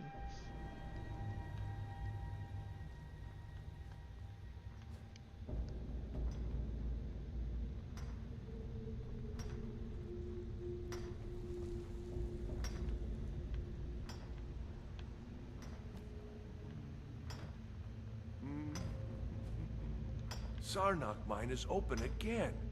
How am I supposed to handle all this work? Mine, fool.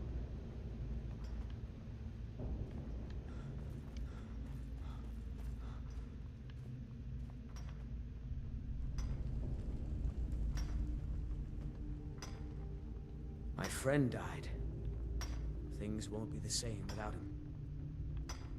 Who's Edmund's friend, I wonder?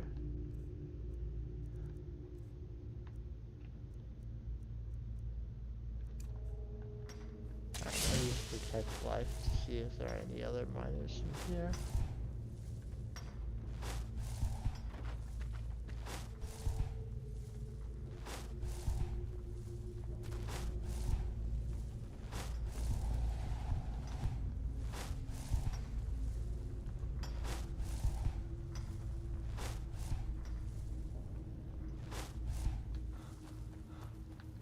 I don't know where the old girl is.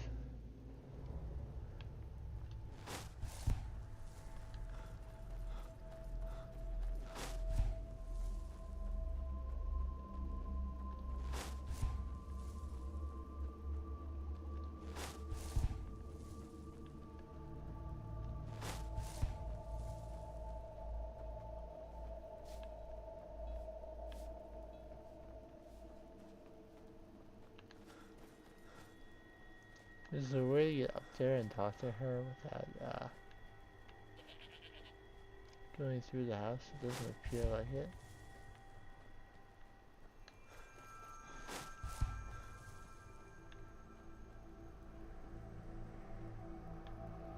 I guess my fear is that people here died because it's not unusual for a dragon to attack Crethwiston.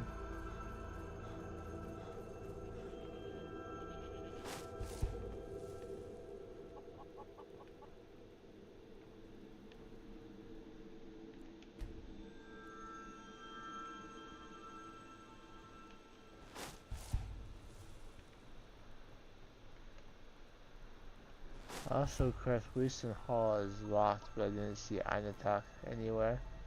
So he might be dead too.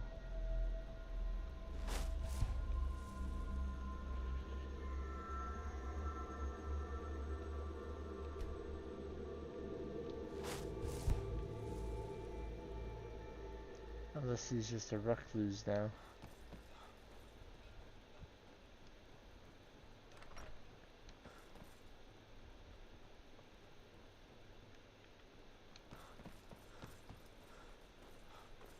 Edmund, we know about Edmund. His daughter is the symbol of Debella.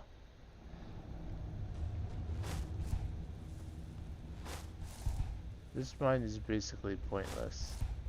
It's not fully developed.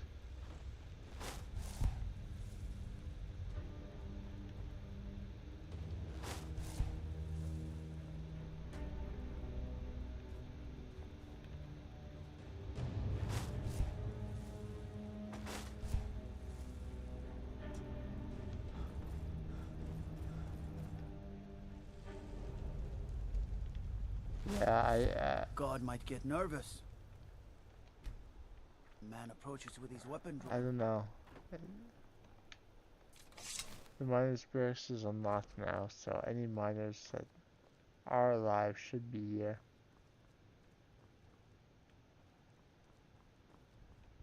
We talked to Belchmack. I'll wait an hour to see if any others show up in here. Arnok mine is open again.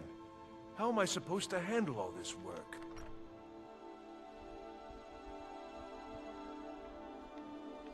The other ones I found didn't even show up. Edmund's house is unlocked now.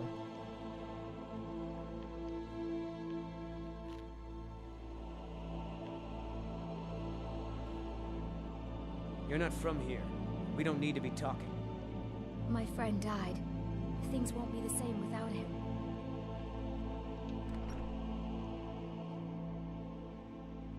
Yeah, the only conclusion I can draw is that at some point I was close enough to Karthwasten for the people to be spawned in and a dragon attacked and killed some of them.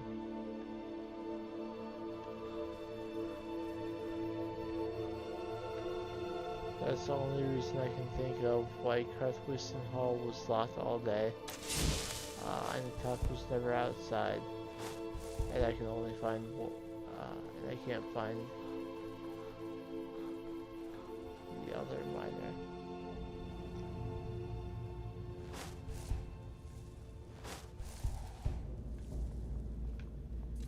We can try and confirm this. Karthwasten is part of the Reach. So if I check the Hall of the Dead in Understone Keep, we might be able to find some things. Plus, of course, the Caught a case of rock joint once. guards that occasionally die when they spawn in behind me.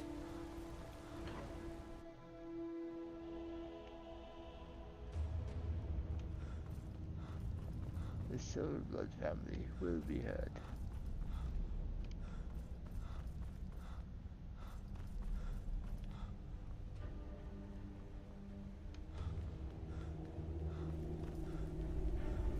So Brother Verilus has been dead for ages. He was eaten. But we do have the key to the Hall of the Dead.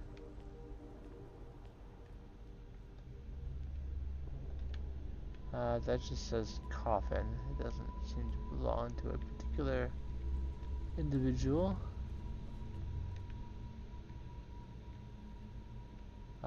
Morven was one of Nepos' people, as was Tynan, as was Uel.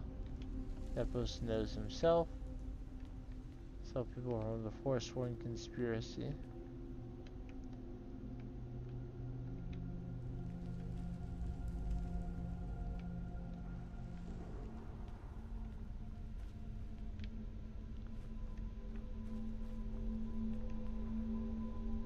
That coffin looks fancier, but does not appear to belong to anyone either.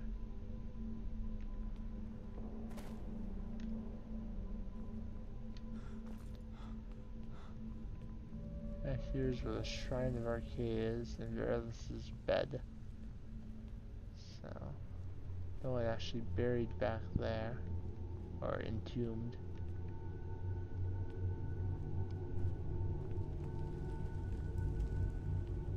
Eltris is the guy who was supposed to be paying me to investigate. Ondolamar? Ondolamar died? He's the Thalmor in the keep. How did he die?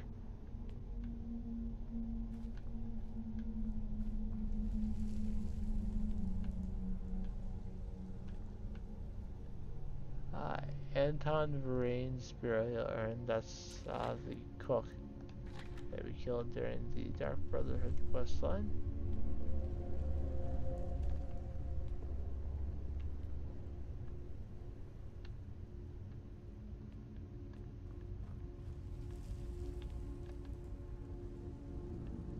Beatrice Silverblood, she's programmed to die. The Treasury House, as is Donald and Nana Eldine.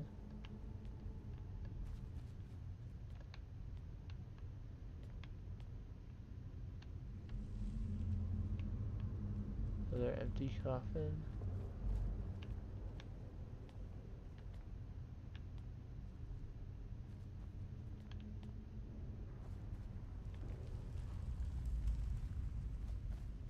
Yeah, so if people from Karthwasten died, I would expect them to be entombed in the Markarth Hall of the Dead, but I did not find them.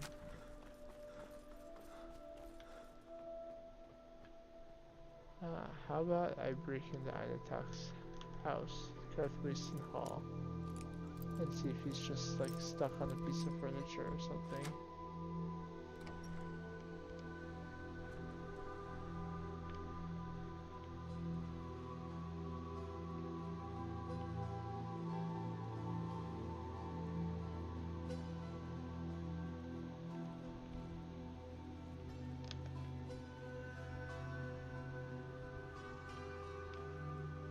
Yeah, it must be dead and just not put in the tomb.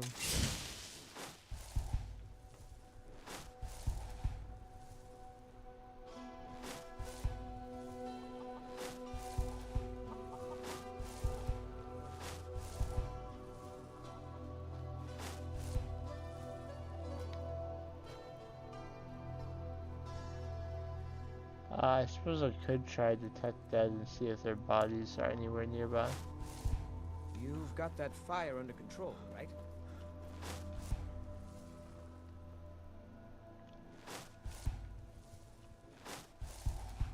A dead rabbit doesn't really help me.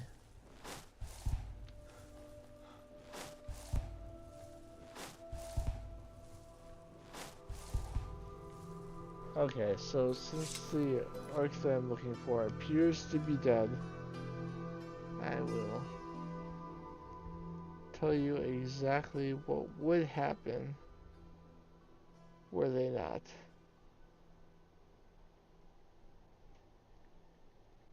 Try and type in Karthwasten without it recommending every person on the planet named Catherine.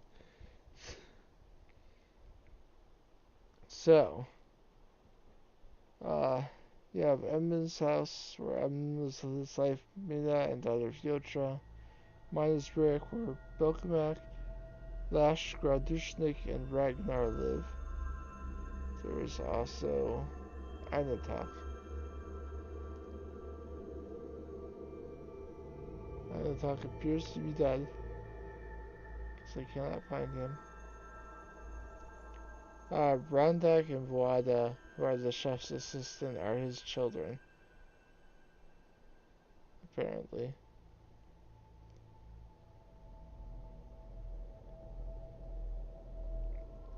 Lashkra Dushnik is an orc miner, originally from Dushnik Yal.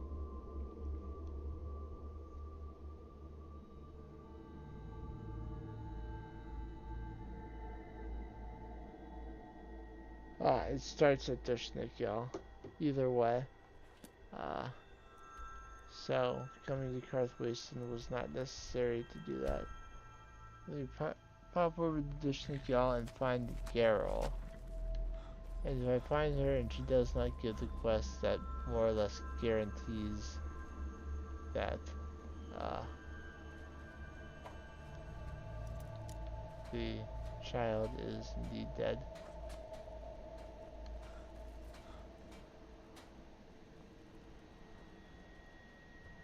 Are you looking to work? The mines are nearby. You bring me ore, I'll give you coin. Yes, Garrel is supposed to give me a letter to take to her daughter.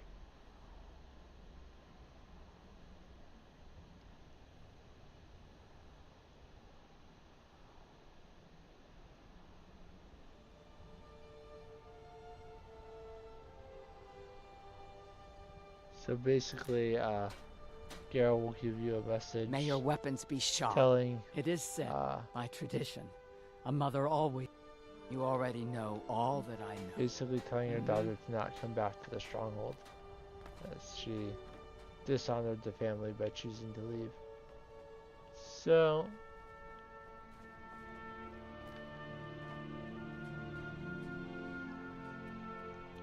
You get leveled gold for doing that.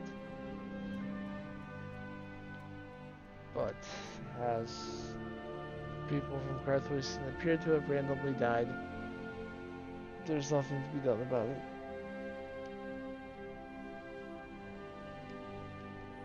So I went to the Orc strongholds. I got a second message today about spam buying viewers. And I'll also delete. And as far as I can tell, I'm sure that there's a miscellaneous quest here or there that is not completed. And of course there are quests that can be completed an infinite number of times, like finding bounties, or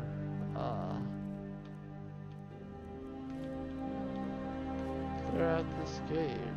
And the Dark Brotherhood forever never ends. Talking to the companions leaders for work never ends.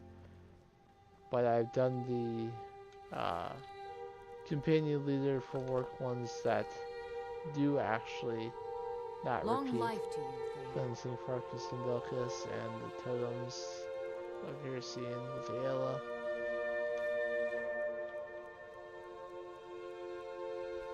I am largely done.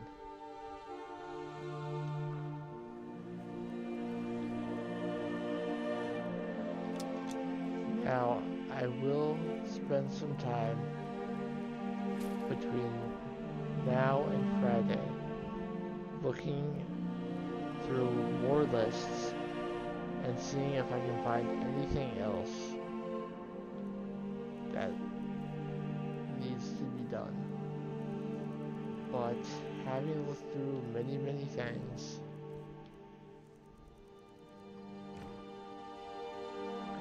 find it. So, what I'm going to do now is I'm going to select. I gotta pick a doozy of a book to end with. Probably should have ended with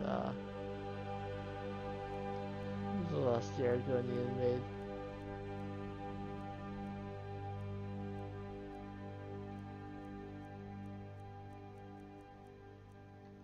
Confessions of a Dunmer Skooma either.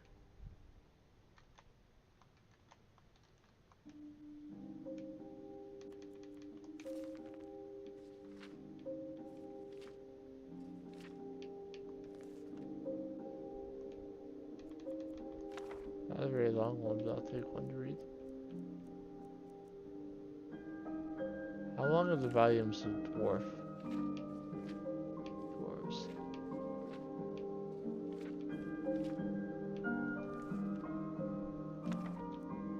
And I'll read about the dwarves too. Okay, so those are the things that I will end with. But before I do that, it is time to go to the last vigil, which is up in the mountains here.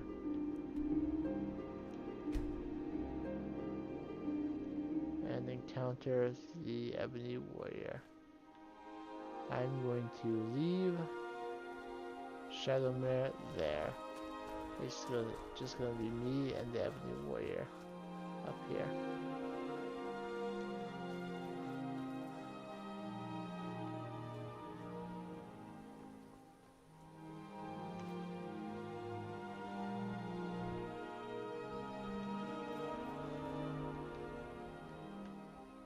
So I have done this in a way before that we can get up there.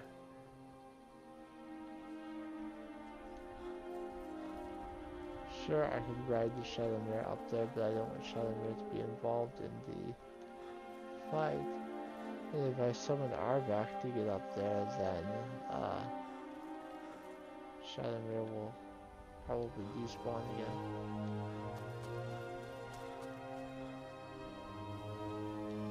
I don't want that either. So most the reason I wanted to find Shadowmere again, I'll be honest, was to train my concentration level on it.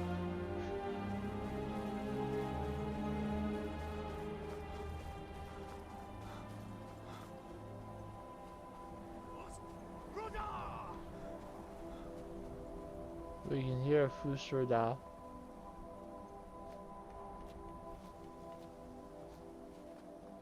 Which tells you that you're getting close.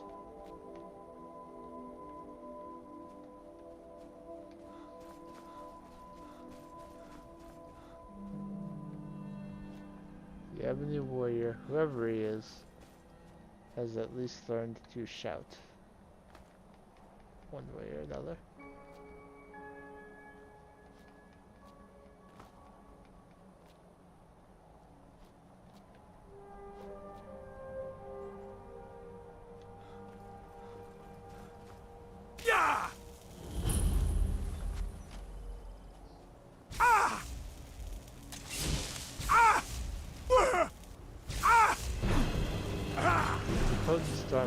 I am the Ebony.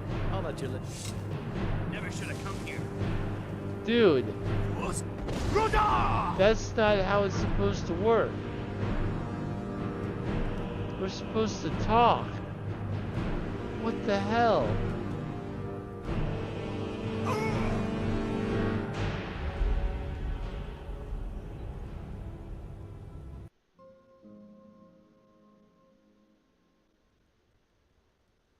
Dude.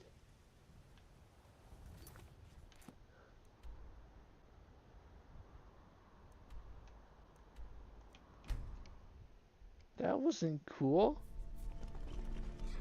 Fine, I am taking Shadowmere up there.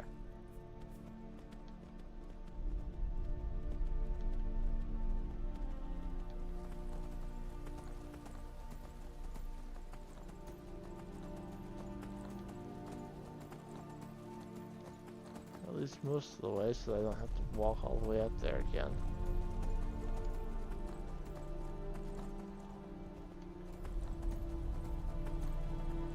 Alright, this appears to be a proper path.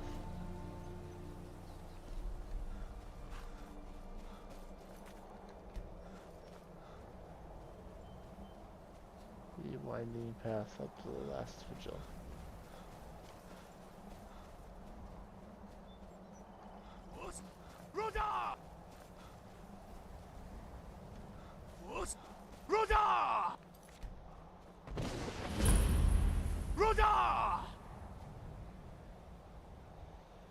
He appears to be beating the crap out of a frost troll now.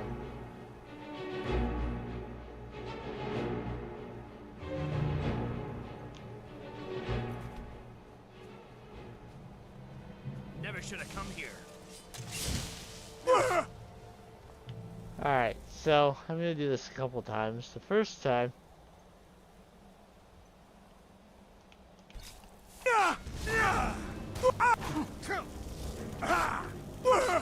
That's the spirit. I was saved from death, but I did a ton of damage to him with that potion. Damn you! Oh, the potent storm action act is his. You can't beat me! So he summoned that to help him kill the, he summoned that to help him kill the frost troll the first time around. So when I attacked it,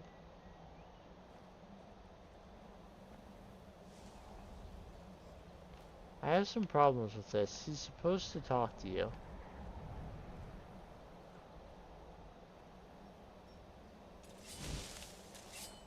He's not supposed to immediately aggro.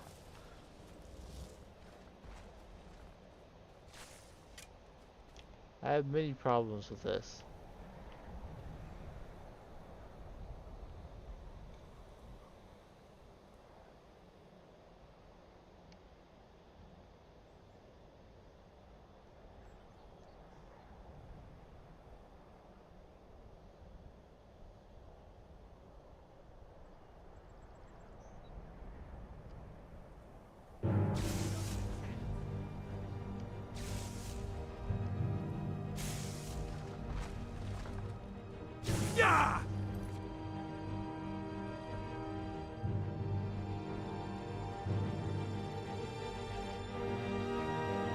Yeah, he's supposed to respond to generic comments until you attack or provoke him.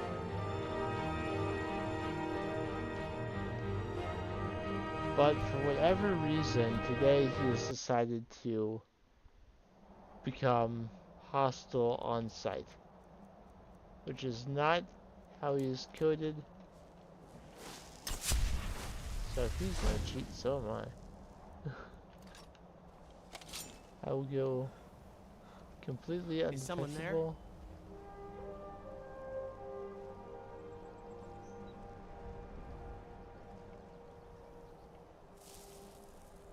I was sure I heard something. I'm going to poison my dagger with that. And then as soon as he gets back into his normal position. Is someone there?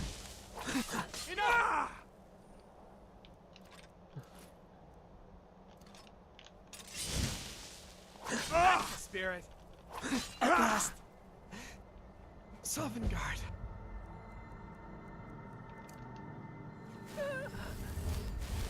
So who is the Ebony Warrior?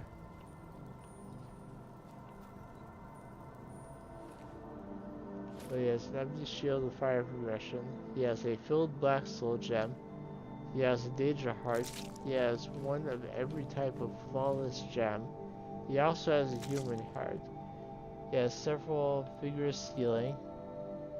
He's got an ebony sword as a vampire to absorb your health. Ebony bow of winter that does frost damage. He's got ebony arrows. Boots of frost suppression, so don't bother trying to use ice spells. Shock suppression, don't bother trying shock spells. One-handed attacks do 40% more thanks to that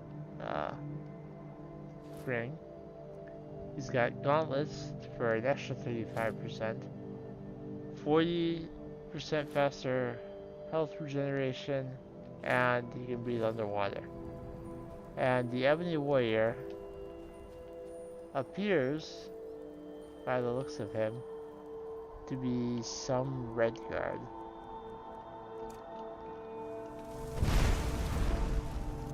Let's flip him over. A tall, very, very strong Redguard.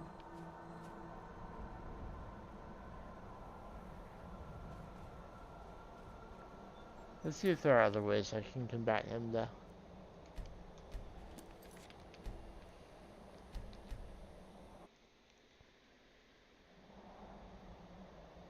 What if I try spells as impact?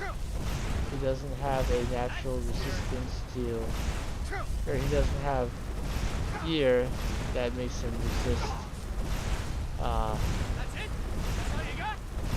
fire like he does with shock and frost.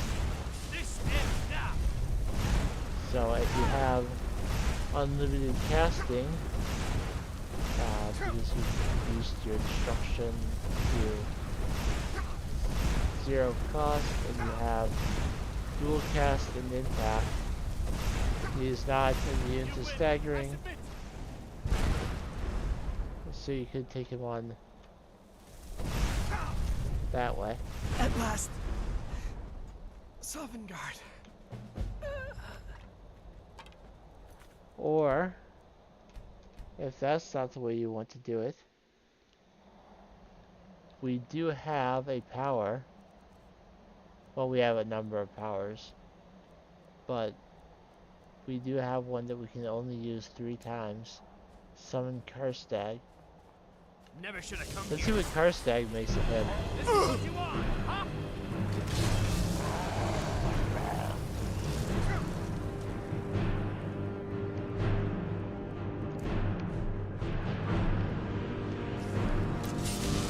Meanwhile, we should at least assist in the fight. We did, after all, some of the points going back to that.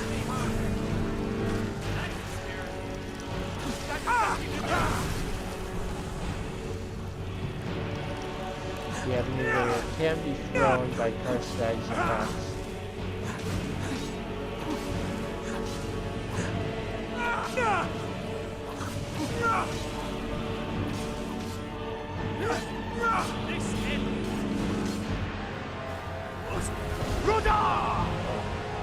I got shouted, but thankfully decided to kind of off the top.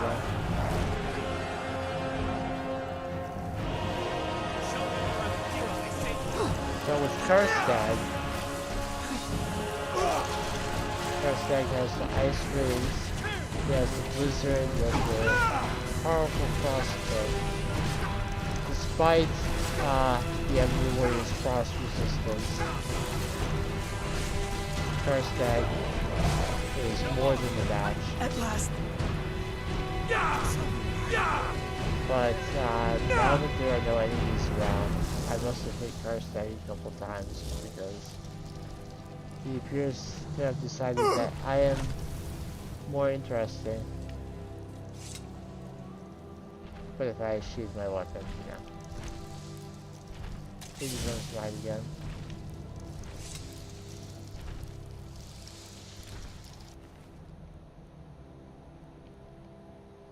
So, I showed you cheesing with sneak attacks and poison. I showed you stunning him with magic.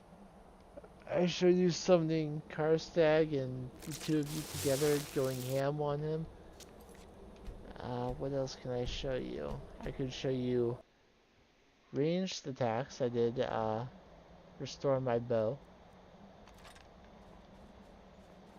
Now obviously you want to be careful that you're not standing in a place where he can immediately use unrelenting force and shout you off the side of the mountain.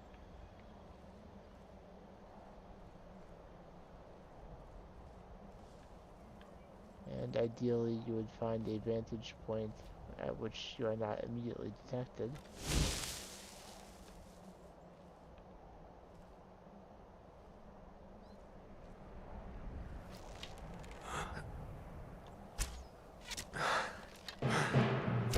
Now, as you can see, despite having hit him with his bow,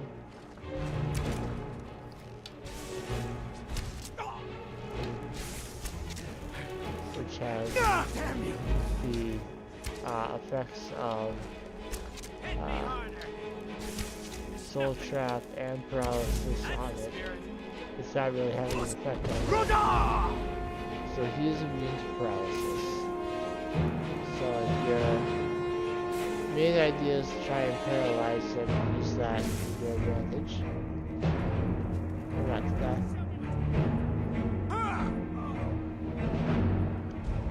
then that will not work.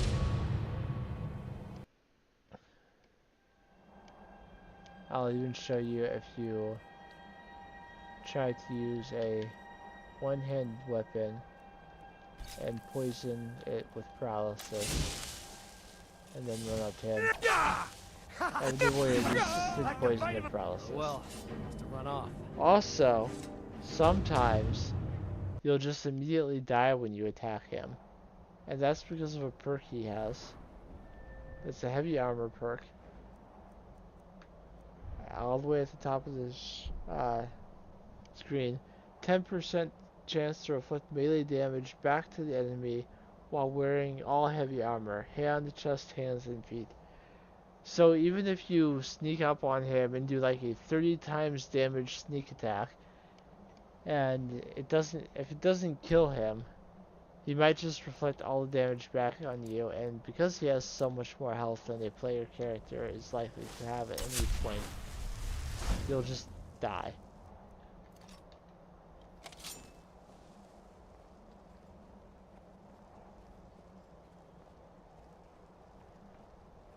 Is someone there? So, if you think my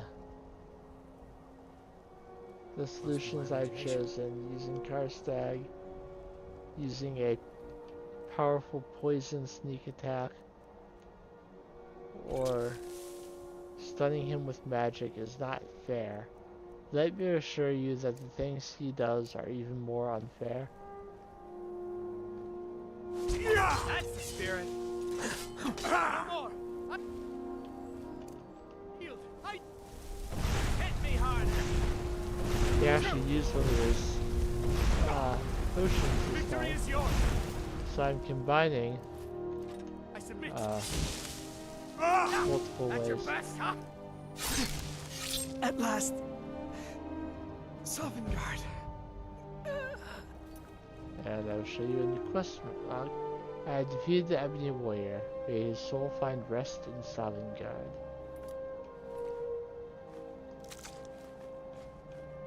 So let me take all this stuff because it's all cool.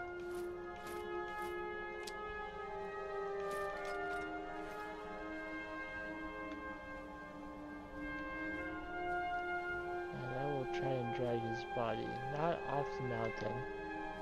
Nothing so disrespectful as that.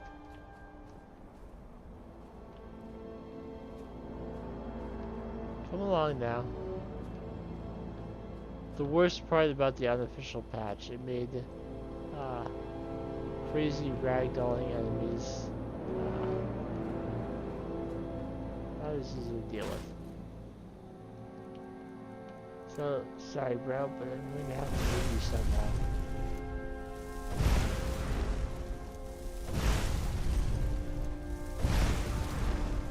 Trying to get him to rest on this partially buried tent.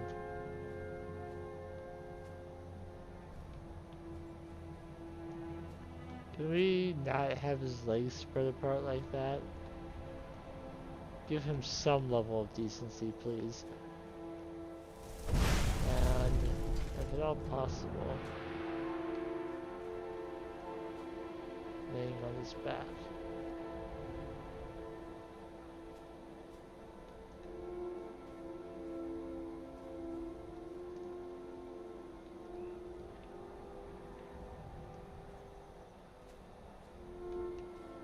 I think that's about as good as we're gonna get.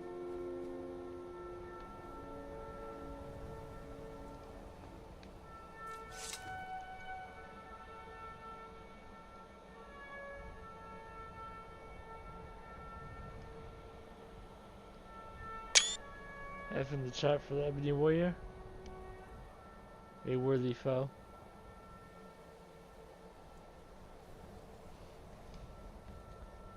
And now, there's a pickaxe up here for, I guess, if you want the moonstone or quicksilver ore. And that, to the best of my knowledge, excluding the remaining East Empire Company amulets, which I just don't want to do, is Skyrim.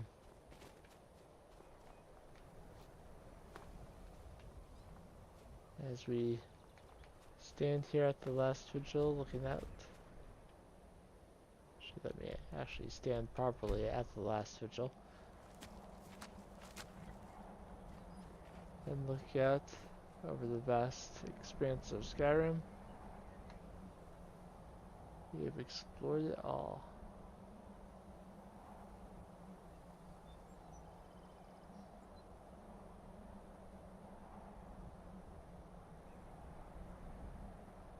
So, let us go now to Lakeview Manor.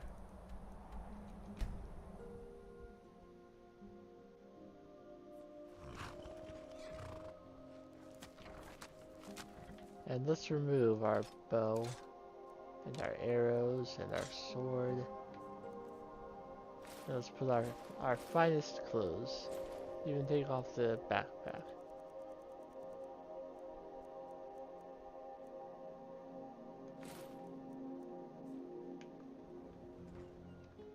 Here we are in our fine clothes.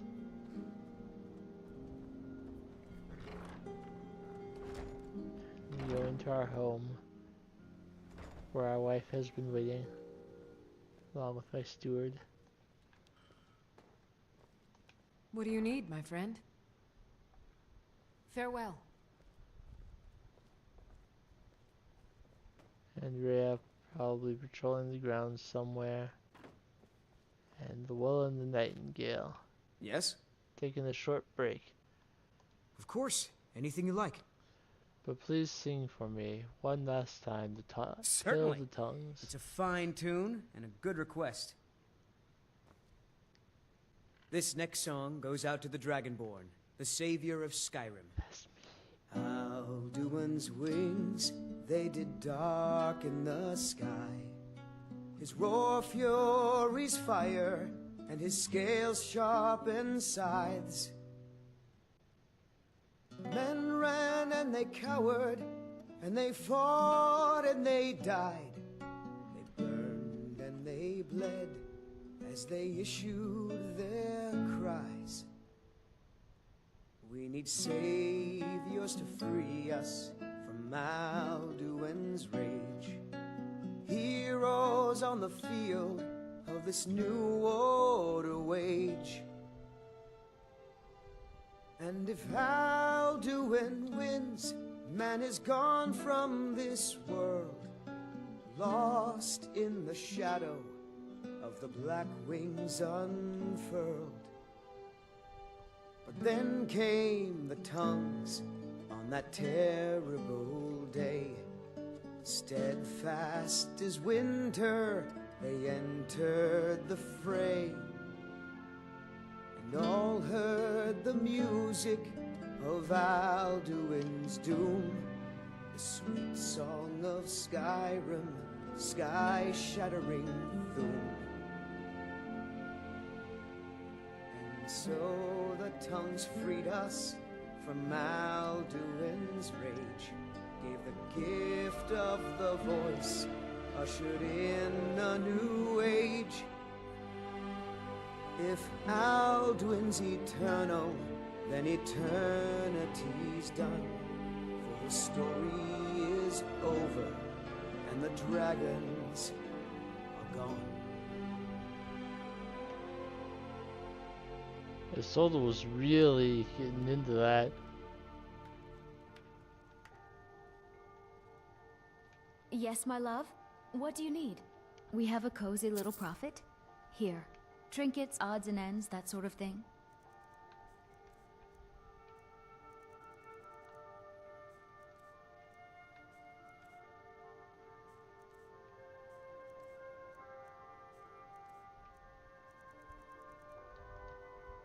Goodbye, my love. So let's sit here in the chair of the bedroom we share with our wife. And let's learn about the dwarves a little bit. Dwarves, the Lost Race of Tamriel, Volume 1, Architecture and Designs by Gelsilmo, Scholar of Markarth. Let me begin by correcting a common misconception. The proper term to use when referencing the ancient lost race of Tamriel is Dwemer. It is a word whose meaning is roughly translated to people of the deep in the common tongue, and whose use has been widely replaced by the more ubiquitous nomenclature dwarves. I would like stated that I use the name dwarves in lieu of the more accurate term in these books, out of sympathy for my readership, whom I can safely assume does not have the breadth of scholarship that 200 years of study has given me. With that small point finished, let us begin our discussion on the dwarves by focusing on the indisputable artifacts they have left behind, their architectural and cultural designs. Unlike the more controversial areas of dwarven scholarship, the construction of dwarven cities and relics are well founded due to the plethora of samples taken from the ruins these peoples have left behind.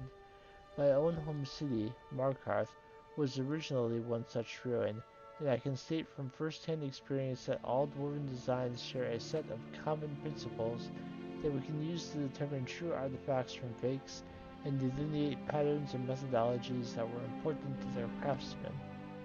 First of all, we can say for certain that dwarven artisans favored stone, at least as far as their buildings were concerned. This is no surprise. With notable exceptions, the vast majority of dwarven architecture is found underground or carved out of mountains. It is possible, although only theoretically, that the dwarves first mastered masonry as a race quite early, and later examples of metalwork were added on to much earlier stone designs as the dwarves began to master more complex tools.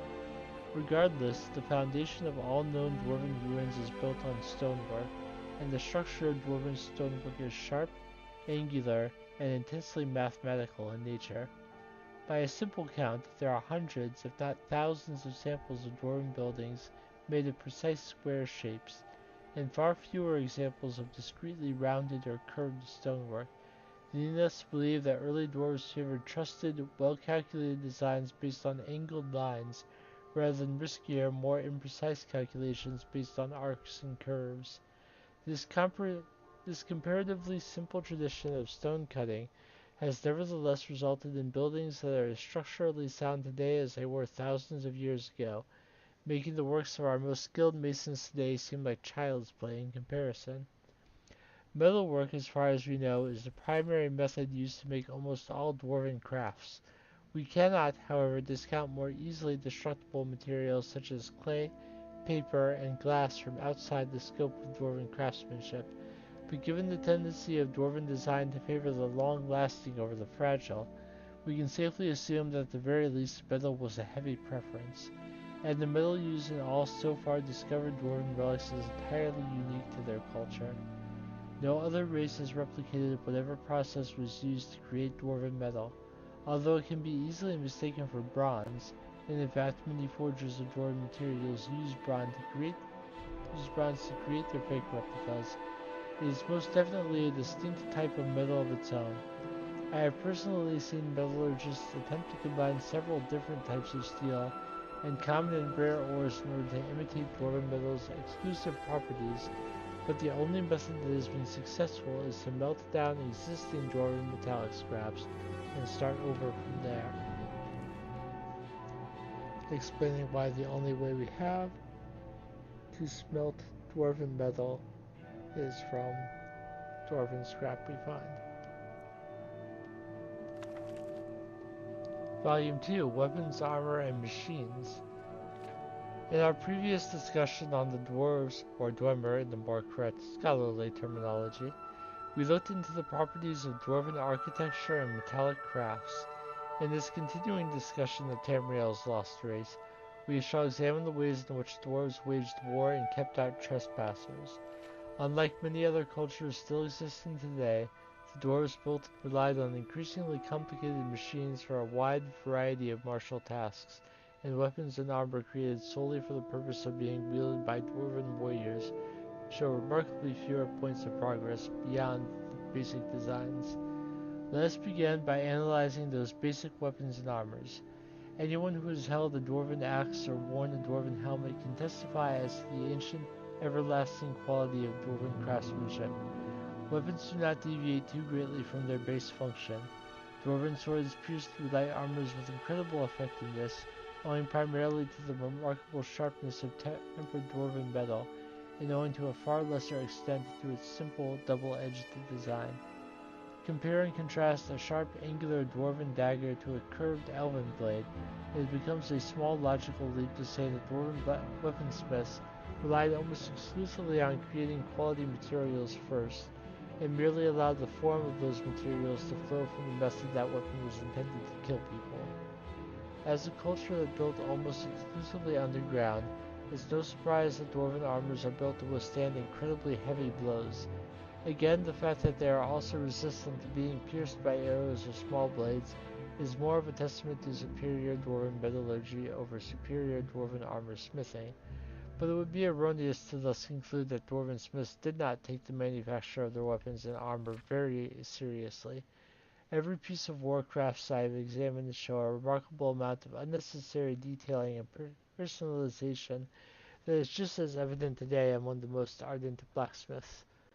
A dwarven smith probably came from a long tradition that distinguished itself in a way that, say, the grip of a mace would feel, or the design of the head of individual arrows. Although, due to the paltry lack of any cultural artifacts outside the weapons and armors themselves, this is only mere speculation. The last but probably most important discussion in this volume pertains to the existence of dwarven machinery. Dwarves created and manufactured on a very broad scale thousands of mechanical apparatuses of varying complexity, the most simple of which is the standard arachnid design used to ward off trespassers. We are so far uncertain as to how the dwarves were able to bring to life these remarkably intelligent machines, but I have witnessed one stalk a highly trained thief for several hours, only to ambush him as he was dealing with a lock to some room or treasure trove. I admit to have forgotten the details past the point at which it began spouting lightning at him. Dwarven military machines also range from the human-sized sphere warrior, which patrols the interiors of the ruins as a harmless ball only to emerge from it as a fully armored automaton fighter, to the justly feared centurion, whose height ranges from twice to several hundred times human size, depending on which reports you believe. And the Dwarves, Volume 3. Culture and History. In this final volume on a discussion on the Dwarves, again see the term Dwarmer for references using the more scholastic name, we will attempt an examination into the distinct culture and history of Tamriel's lost race. We must, however, begin such a discussion with a warning. Despite what certain academic circles would like people to believe, there is so far no evidence that verifies any claim as to the dwarves' particular customs, morals, myths, legends, laws, systems of governance, or involvement in major historical events outside of those few examples that remain indisputable. For instance, while we can say with absolute certainty that the disappearance of the entire dwarven race happened very suddenly, only the laziest of junior scholars would say that this event happened in the same day or even the same hour. There is simply no proof to dispute the theory that perhaps the dwarves disappeared from Tamriel gradually over the course of several years, or indeed several decades. There is also nothing that disproves the source of this disappearance as being attributable to mass deaths, plagues, magical contamination, experiments into the nature of Aetherius gone wrong, or even race-ride teleportation into one of the planes of oblivion. There is simply too little that the dwarves left behind that points to the nature of their great vanishing act, and this same frustration applies to all aspects of their social structure and history. What we know then can only be inferred by the writings of the other races which made contact with the dwarves before they left Tamriel. The Dark Elves, Dunmer, for example, teach that their great prophet Nerevar helped unite the dwarves and the elves in Morrowind against occupying Nord armies from Skyrim in the First Era, but Nord and Orc writings also indicate that the dwarves were also allied with them at various points and in various legendary battles of theirs. Unfortunately, none of these legends and folklore make an effort to describe the dwarves in great detail, only that they were a secretive people and that an alliance with them was unusual enough to warrant crafting a story around. And past the First Era, no race makes note of encountering any living dwarves at all. This is further confounded by the fact that so many of the Dark Elven writings on their relationship with the dwarves were lost during the tragic eruptions of Vardenfell during the Oblivion Crisis nearly 200 years ago. What secrets they could have revealed about the lost race are now buried behind layers of molten earth, along with so many unfortunate Dark Elven people. Thus we conclude our discussion on the dwarves on a somber note. As with all scholarly endeavors, we are left with more questions than we have answers, and the proof we so desperately search for is so often out of reach, denied even to the most fervent effort. The mysteries the dwarves have left us with could easily warrant another century or so worth of personal examination from me, and quite possibly even several millennia of excavation of even one dwarven ruin would be insufficient to paint a complete picture on them. But what we can see from our threadbare tapestry of dwarven artifacts is a careful, intelligent, industrious, and highly advanced culture whose secrets we as students and teachers of their works can only hope to uncover someday. So we learned a lot about dwarves there. We can actually meet a dwarf in the Elder Scrolls 3. He was not on the same plane of existence when the dwarves disappeared, so he was spared from the disappearance.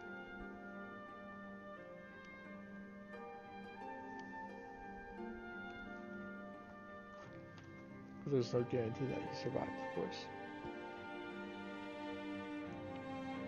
Okay, so I still have Confessions of a Dunmer Scuba Eater, which I hope based on the title is a very entertaining book, because that is going to end things. If you have watched the live today on YouTube or on Twitch, whether you have chatted or lurked, I appreciate you. If you have watched live at any point through the 48 streams I've done of Skyrim, thank you. If you are watching an archive later on YouTube, whether this is the first one you're checking out or if you've jumped around or done the whole series, thank you so much. I hope that your day is going fantastically, and let's read Confessions of a Dunmer Skooma Eater. Nothing is more revolting to Dunmer feeling than the sorry spectacle of another Dunmer enslaved by that derivative moon sugar known as skooma, and nothing is less appetizing than listening to the pathetic tales of humiliation and degradation associated with the victim of this addictive drug. Why then do I force myself upon you with this extended and detailed account of my sins and sorrows? This isn't that fun. Because I hope that by telling my tale, the hope of redemption from this sorry state shall be more widely known, and because I hope that others who have also fallen into the sorry state of skooma addiction may therefore hear of my story, of how I fell into despair, and how I once again found myself and freed myself from my own self-imposed chains. Because it is widely known to all Khajiit, who may be expected to know, that there is no cure for addiction to skooma, that once a slave to skooma, always a slave to skooma. Because this is widely known, it is taken to be true, but it is not true, and I am living proof. There is no miracle cure, there is no potion to be taken, there is no magical incantation which frees you from the thrill of skooma running through your blood. But it is through the understanding of that thrill, and the acceptance of the lust within oneself for that thrill, and the casting aside of the shame that the thrill-seeker feels when he cannot set aside what becomes in the end his only comfort and pleasure. It is through this knowledge and understanding that the victim comes to the place where choices may be made, where despair and hope may be separated. In short, only knowledge and acceptance can deliver into the slave's hands the key that opens his shackles and sets him free. That was not as fun as I was hoping.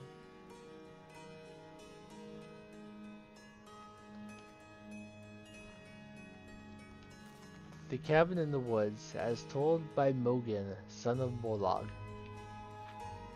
Late one night a few seasons ago, a soldier was returning home after several bloody battles. He decided he would save some gold and decided to cross the pine forest on foot. The first day of his journey was rather uneventful. The soldier stuck to the main path and kept a brisk pace. When it started getting dark, he set up his bedroll, built a small fire, and cooked up some rabbit he had caught. A fine day indeed, he thought to himself as he fell asleep. Partway through the evening, the soldier was woken up by soft sobbing in the distance. He grabbed his sword, assuming it to be a bandit trick, but pretended to sleep so he could get the jump on them. After a few minutes, the sobbing started moving away from his skin until he could no longer hear it. For the rest of the night, he slept with one eye open. Day 2, the soldier awoke from what rotten sleep he could catch and started all through the forest at a quicker pace, intending to put distance between himself and whatever he had heard last night. As the day went on, it began to rain heavy, so the soldier built himself a little shelter for the evening so he could remain dry while he slept. It took him a little longer to fall asleep with thoughts of the previous night fresh in his mind, but he eventually slept. This time, he awoke to sobbing that sounded like it was right outside his shelter. The soldier grabbed his sword and crawled out of the shelter. In front of the fire, he saw the back of a ghostly woman sobbing into her hands. The soldier mustered his courage and asked her what was wrong. No answer. He began to slowly approach, but before he could reach her, she turned and screamed at him. The ghostly woman raised an axe and began to run at the soldier, disappearing before she made contact. The soldier took off into the night with just his sword in hand. He ran until the first light of dawn, where he started down the road again, as fast as he could move. The third day was bright and sunny, but the soldier, Rattled and sleepless, he didn't even notice. He moved as fast as he could, trying to get through the forest before nightfall. As darkness began to fall, he saw a cabin just off the road and thought to himself it would be a good place to bunker down for the night. After arriving at the cabin, he spent some time blocking the doors and windows. Nothing would get in. Despite his preparations, he could not sleep. He sat in what used to be the cabin's bedroom, staring at the barricaded door, shaking. Eventually, he could keep his eyes open no longer and fell asleep. This time, he awoken to laughing on the other side of the barricaded door. It sounded like the woman from before, but he refused to believe it was her. The soldier burst through the barricaded door into the main room to find the ghostly woman from the night before staring at the ground, laughing hysterically with axe in hand. He began to relentlessly attack the ghostly woman, but he could feel his strikes were less effective. He used a scroll of firebolt, which drew a scream from her, and she exploded, disappearing. The ordeal was over. The ghost was gone. The soldier slept well that night, and the next day made excellent distance through the woods. As the sun began to set, he came out on the other side of the forest and looked back, remembering the days before. As he turned and started walking away from the woods, he could swear he heard the sobbing again.